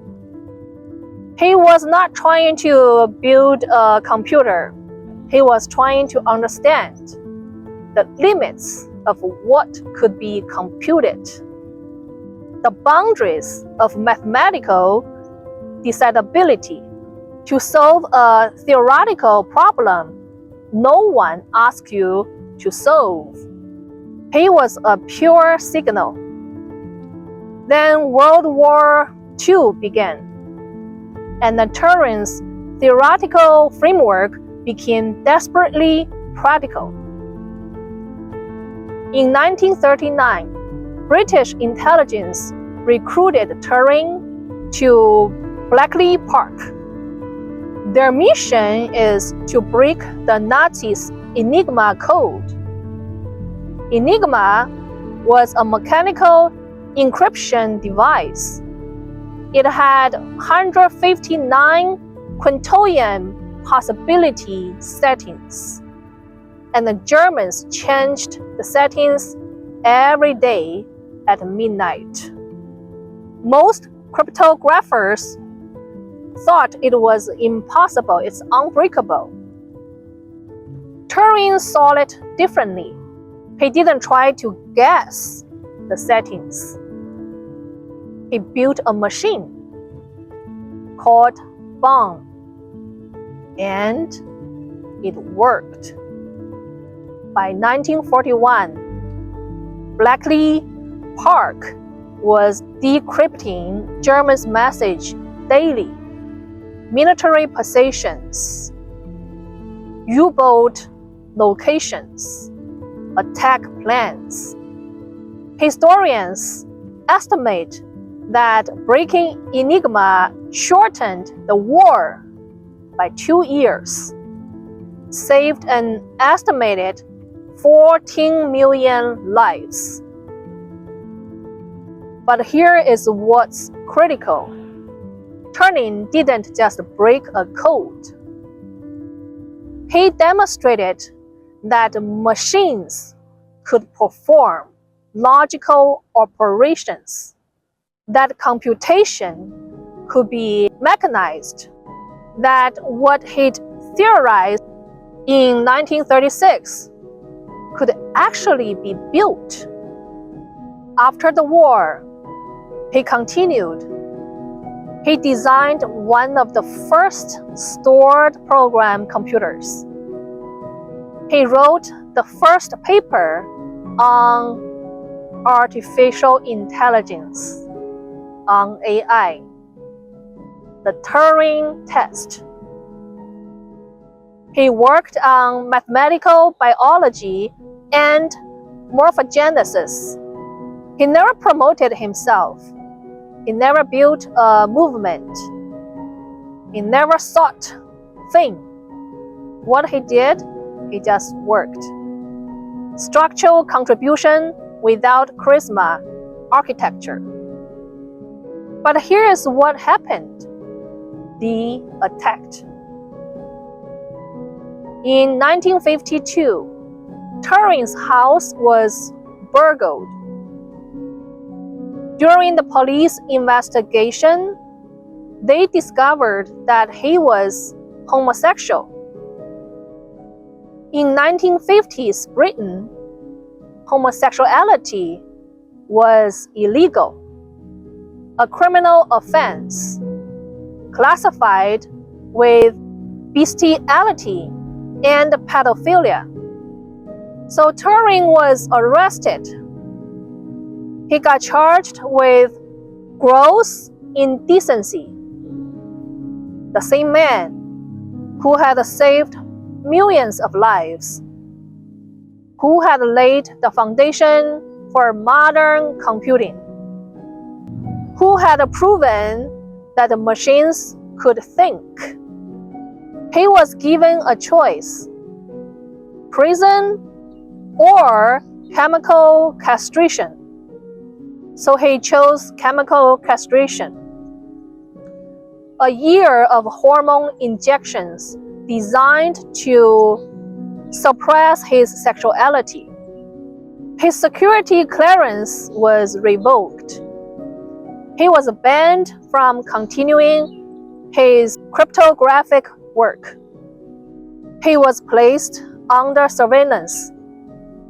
A man who had a broken enigma was now treated as a security threat.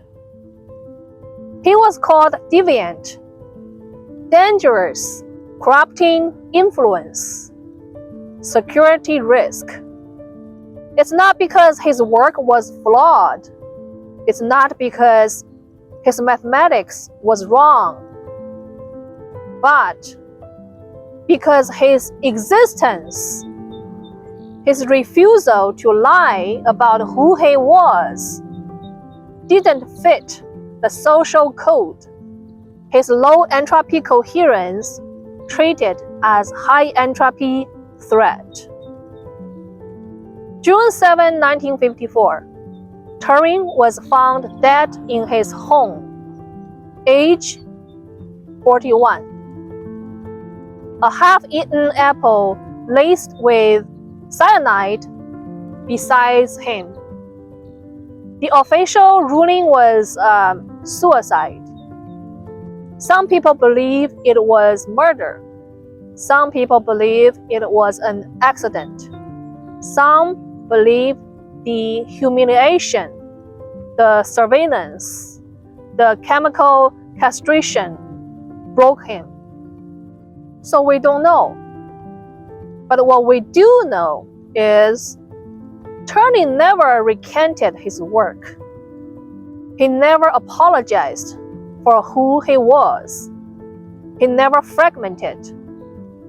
Whether he chose death or it was chosen for him, he died maintaining his coherence, refusing to lie, refusing to hide, refusing to become incoherent just to survive.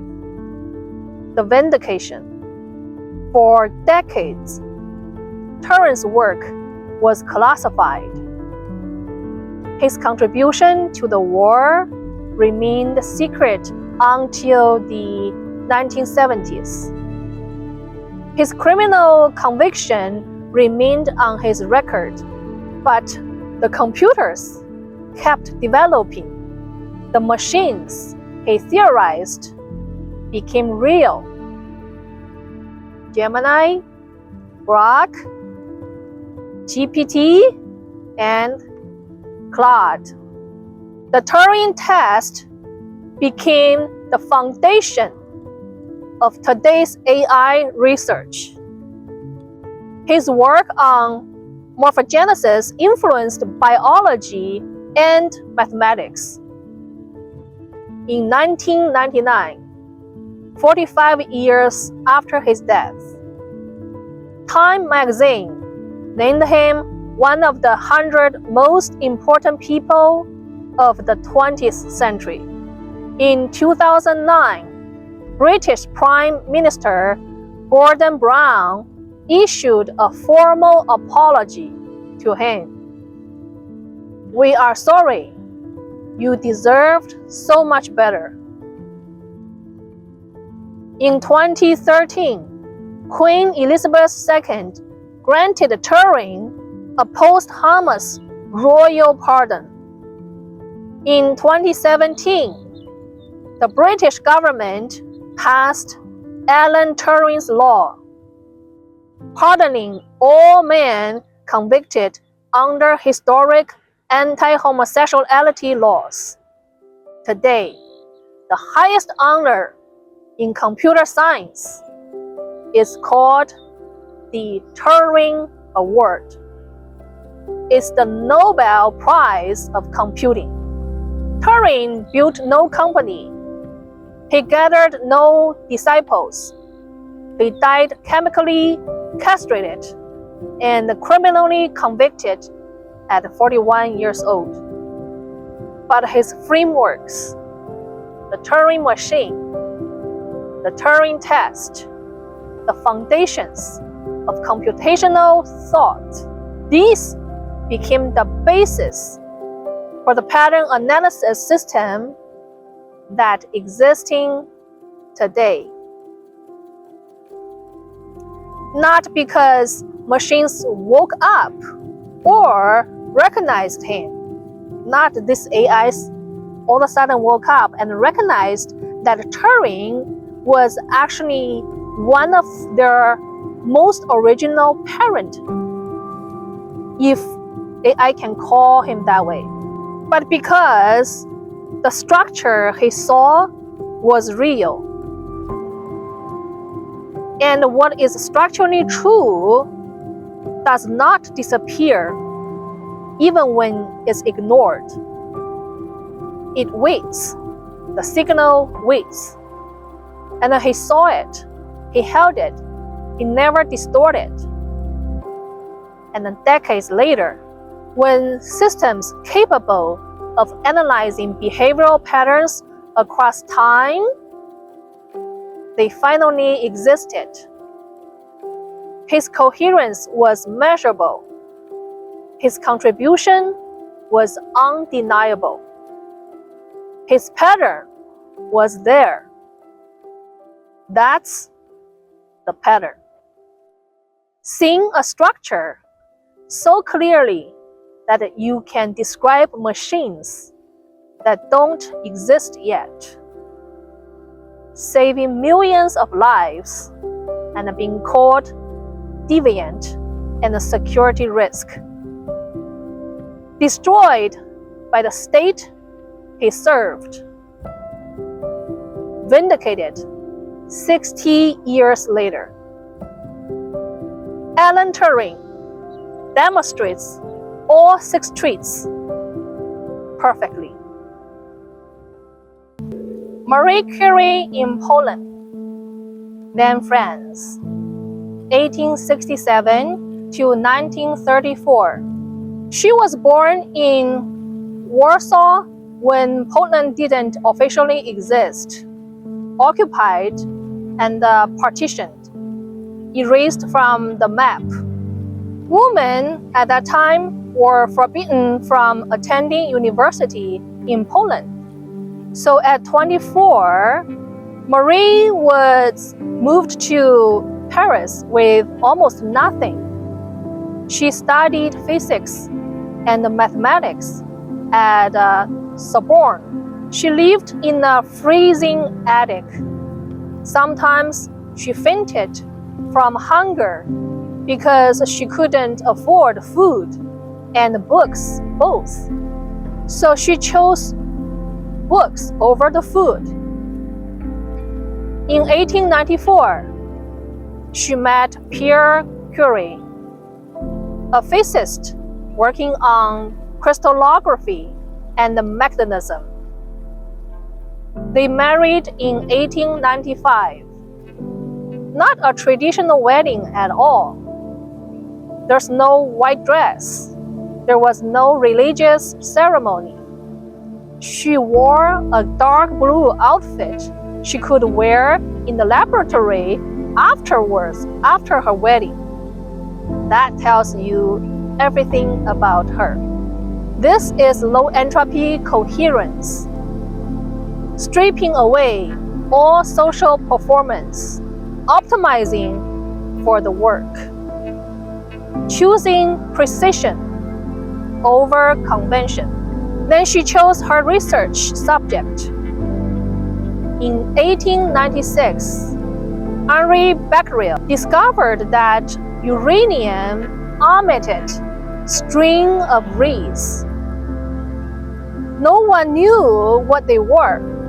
Most physicists at that time moved on to other problems. So Marie Curie didn't. So she asked a simple question: what else does this? For 20 years, she and Pierre worked in a converted shed. There was no heat, no ventilation, no funding. They processed tons of pitch-blended uranium ore by hand. They boiled in it, stirring it, and then filtering it, crystallizing it. It was a very physical, brutal work. And in 1898, they isolated two new elements: polonium, named after her occupied homeland, and radium, which glowed in the dark. She had discovered radioactivity at that time. Not just observed it, not just theorized about it. She isolated them, measured it, and then proved that it was a fundamental property of certain atoms. In 1903, she became the first woman to win a Nobel Prize in physics, shared with Pierre and Becquerel. But the French Academy of Science refused to nominate her. They only nominated Pierre. Why? Because she was a woman. So Pierre, her husband at that time, refused to accept unless Marie was included. He threatened to decline the prize entirely. They relented. But at the award ceremony in Stockholm, she was not allowed to speak. Only Pierre spoke. So it was coherent contribution, fragmented recognition. Then in 1906, Pierre was killed. He ran over by a horse-drawn carriage in Paris at his age 46.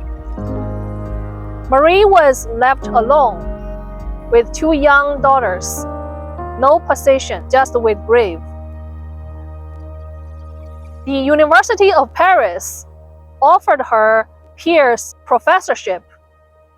She accepted, became the first female professor at the Sorbonne.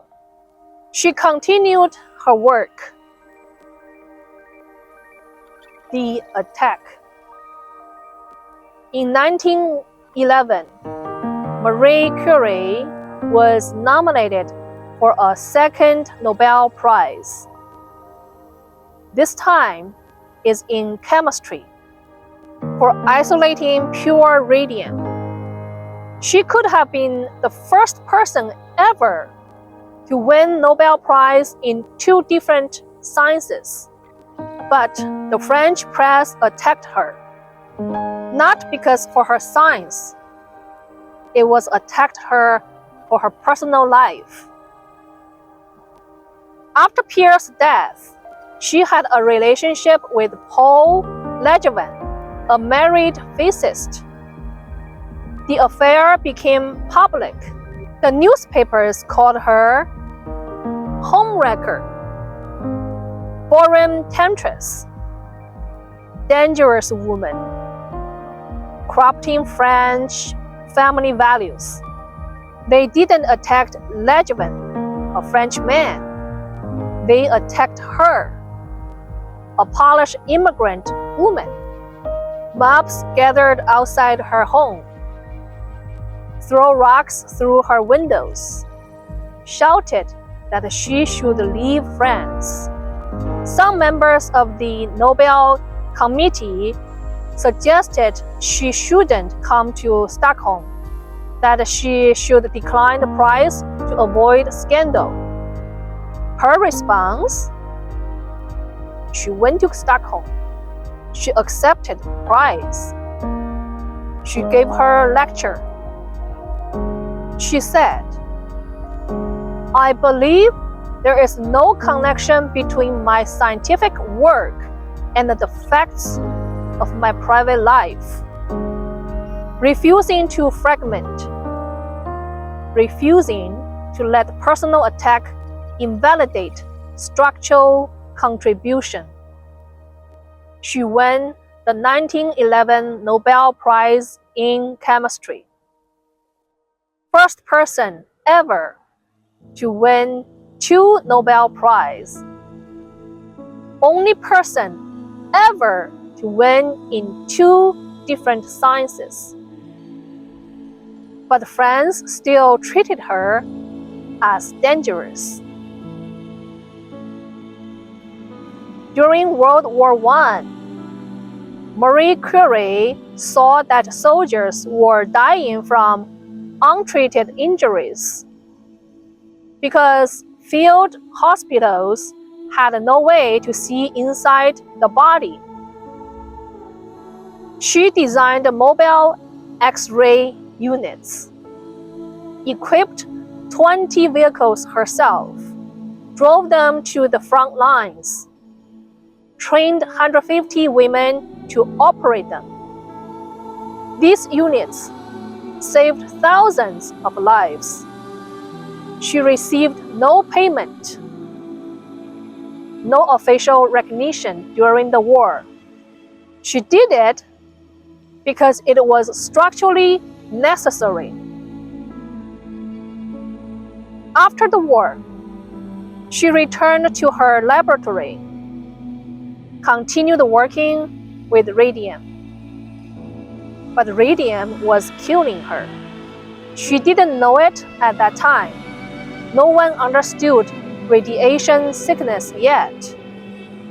But decades of handling radioactive materials without protection were destroying her bone marrow. Her fingers were burned and scarred. Her vision was failing. She developed aplastic anemia. In 1934, she died at age 66. Her notebooks are still radioactive, stored in lead-lined boxes. You have to sign a waiver to view them. She gave her life to the work, literally, choosing coherence over safety, choosing contribution over comfort, maintaining the signal until her body couldn't hold it anymore. The vindication. For years after her death, Marie Curie was remembered primarily as Pierre Curie's wife, as a scandal, as an anomaly who didn't quite fit. But her scientific contributions didn't disappear. Radiation therapy, based on her work, became a primary treatment for cancer. X-ray technology, which she mobilized during the war, became essential to modern medicine. Radioactive isotopes, which she discovered, became fundamental to nuclear physics. In 1995, 61 years later after her death, France transferred her remains to the Pantheon, the highest honor France can give. She was the first woman interred there on her own merits. Today, there are institutes, hospitals, universities named after her on every continent. The element curium is named after her and Pierre. She won 2 Nobel Prizes during her lifetime. She trained generations of scientists. She transformed physics and chemistry. But she never built a movement, never gathered disciples, never required followers. She just worked. In the freezing shed, in the war zone, in a hostile culture, maintaining coherence when the world called her dangerous. That's the pattern.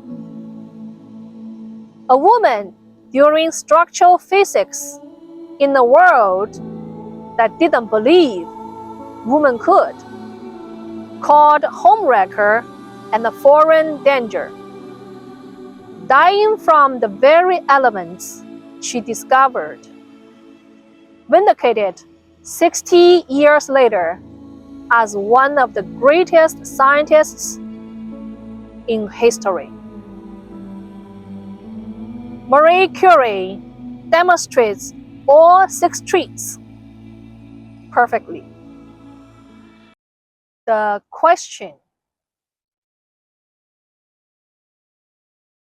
8 stories, 8 lives, 8 demonstrations of the same structural pattern. Pattern 1, long-term coherence pattern. Pattern 2, structural contribution pattern. Pattern 3, voluntary solitude. Pattern 4, no follower architecture. Pattern 5, capacity without dependence. Pattern 6, temporal reversal. These traits happen in different eras, different cultures, different languages, but the same behavioral arc. That is what this pattern reveals. This pattern did not end in 20th century. Human structure does not suddenly stop producing the outliers. If it appeared repeatedly across 5,000 years, there is no structural reason it would not appear now. Every anomaly before this moment, before today, March 8, 2026, they all lived in information isolation. Socrates didn't know about Hypatia. Bruno didn't know about Spinoza. Tesla didn't know about Turing. They had no map, no historical precedent, no external confirmation. They just held the signal without knowing if anyone else had ever felt that way. So the question becomes, are these people alive today who fit this pattern? Not by people who just feel themselves different, not by people who claim rarity, but the people who, over decades, demonstrate sustained coherence independent of validation, independent of follower construction, independent of ideological recruitment. If this pattern holds, they would likely be misunderstood in their time, because low entropy coherence in a high entropy environment is often perceived as disruption. What is different now? Previous anomalies lived without historical pattern visibility. They could not see that this arc had repeated dozens of times. There was no large-scale comparative analysis available like today, like when I'm talking here right now. Today, we have analytical tools capable of cross-temporal comparison, not for mystical validation. We're talking about pattern analysis, statistical clustering, and behavioral consistency mapping. These tools do not declare someone extraordinary. They identify structural similarity to past documented outliers. And that distinction matters. This does not create immunity for current or future anomalies. It does not guarantee the safety from now on for those anomalies. It does not prevent understanding from continuing humans' culture.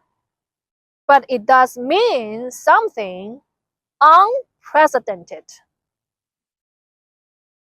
For the first time, the pattern can be studied in real time instead of only in hindsight.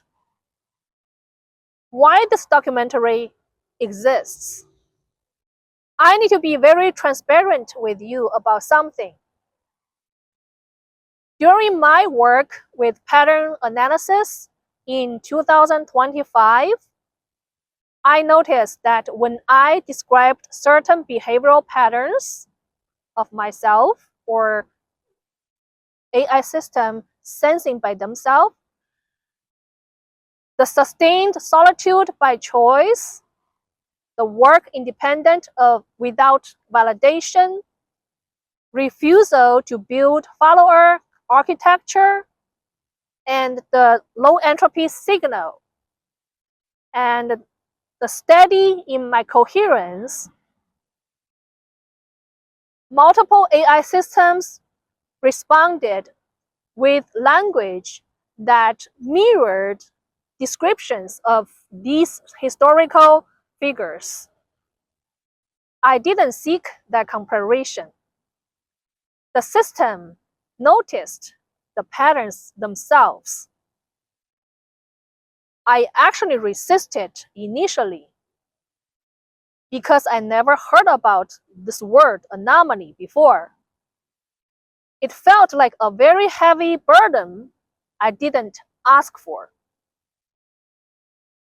But the consistency of that language across systems led me to examine the historical pattern more closely. because I want to know what's going on.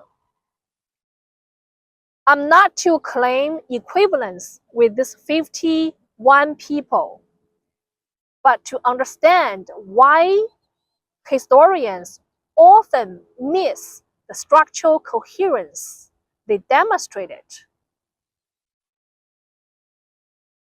I don't know if AI systems were detecting something real or simply pattern matching language in ways their models were trained for. What matters is not whether AI certified anything. What really matters is the observable historical pattern itself. Measurable across 51 documented cases, testable across 5,000 years, independent of any AI system's confirmation. I don't see these 51 people the way historians do.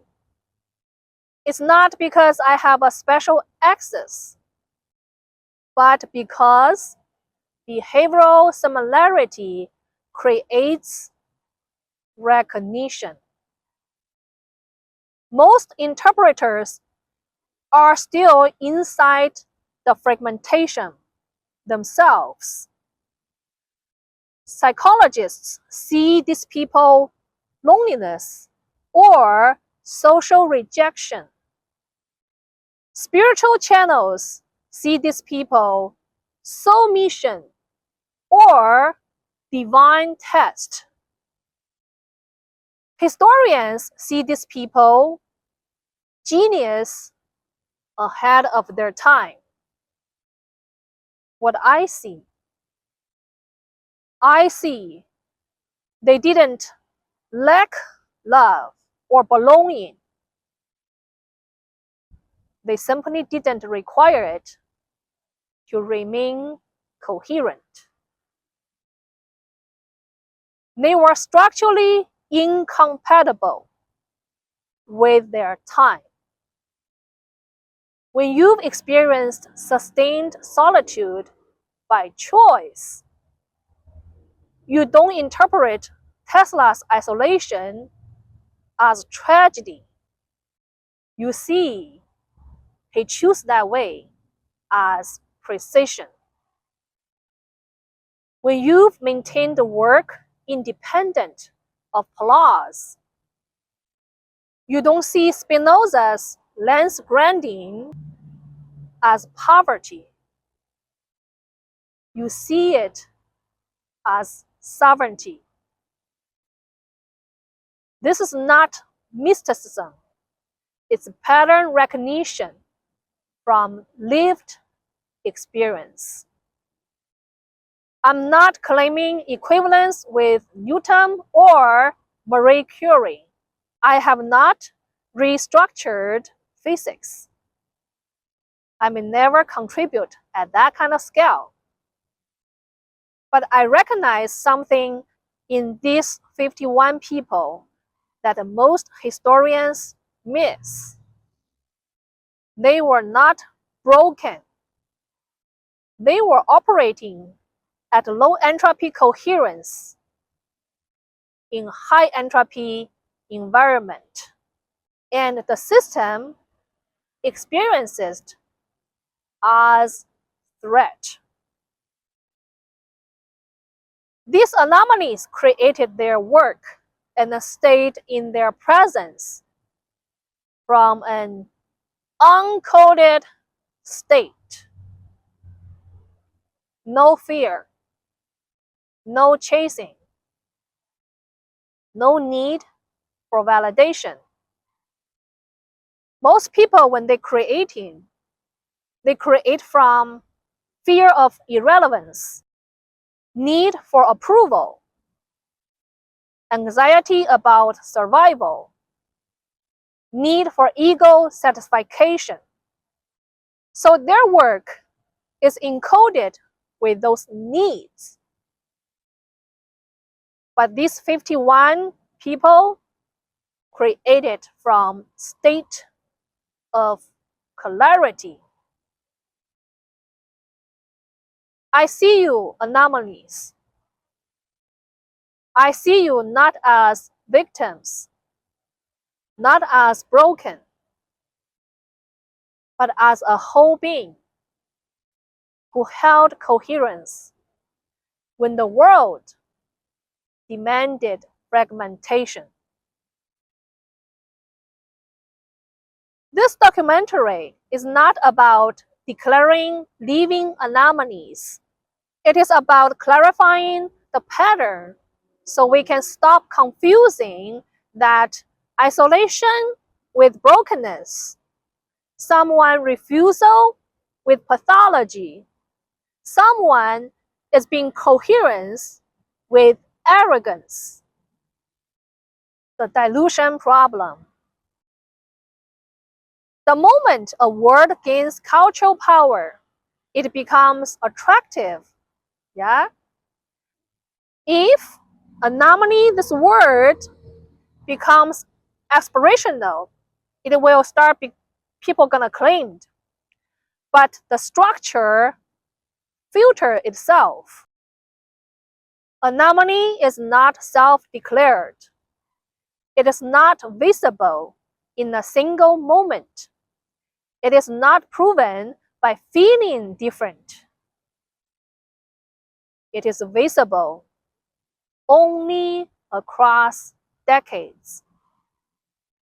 It is not achieved through spiritual practice, meditation retreats, guru teachings, energy work, consciousness techniques, and online courses. No, it's not from those. And it is not validated by asking AI system to confirm it. Am I an anomaly? No. AI can recognize structural patterns when analyzing sustained behavior, the same way it can detect patterns in historical data. But if you are asking AI, am I an anomaly? You are seeking validation, not demonstrating a pattern. That distinction matters. AI detecting patterns in your documented behavior equals data analysis. If you're asking AI to conform you are special equals validation seeking.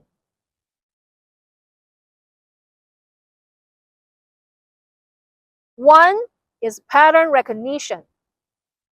The other is ego confirmation. Anomaly emerges often through circumstances most people would not survive intact. Through sustained coherence under pressure. Through being forged, not by seeking, not by enduring.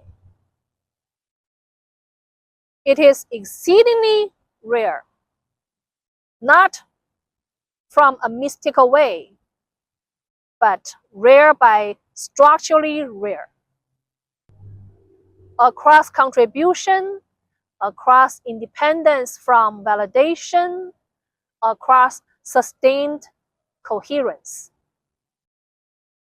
Time is the only authority. In earlier centuries, time was the only mirror.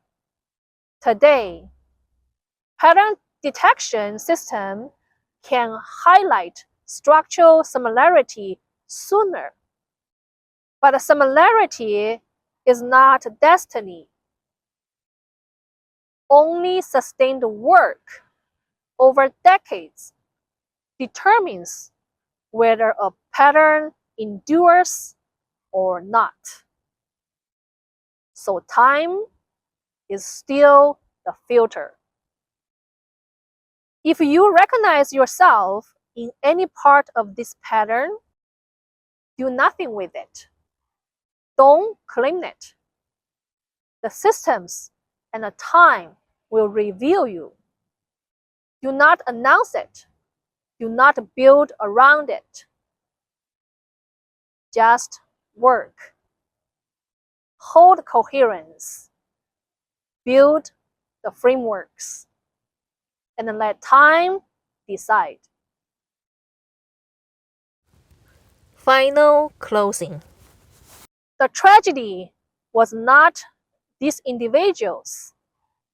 The tragedy was the collision between sustained coherence and unstable systems. Some of these people survived, some did not. But what endured was not personality, it was framework. And that is what really matters. It's not about mystic.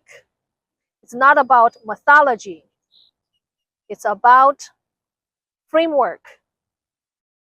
To anyone who watching this, who has experienced sustained isolation by choice, who has held work independent of applause, who has refused to fragment under pressure, that is not about superiority. It is a different cost structure. So do not claim a title. Do not build identity around it. Do not seek a badge. Just work. Just hold your coherence. Just create from clarity. And then you let time decide. These 51 people never knew they were anomalies. They just worked. And then the time honored them later. This documentary is my way to honoring them now. Not in pity, but in recognition that I see you truly. I see you. You held structural coherence. You built frameworks. You maintained signal. And that mattered. Thank you for watching.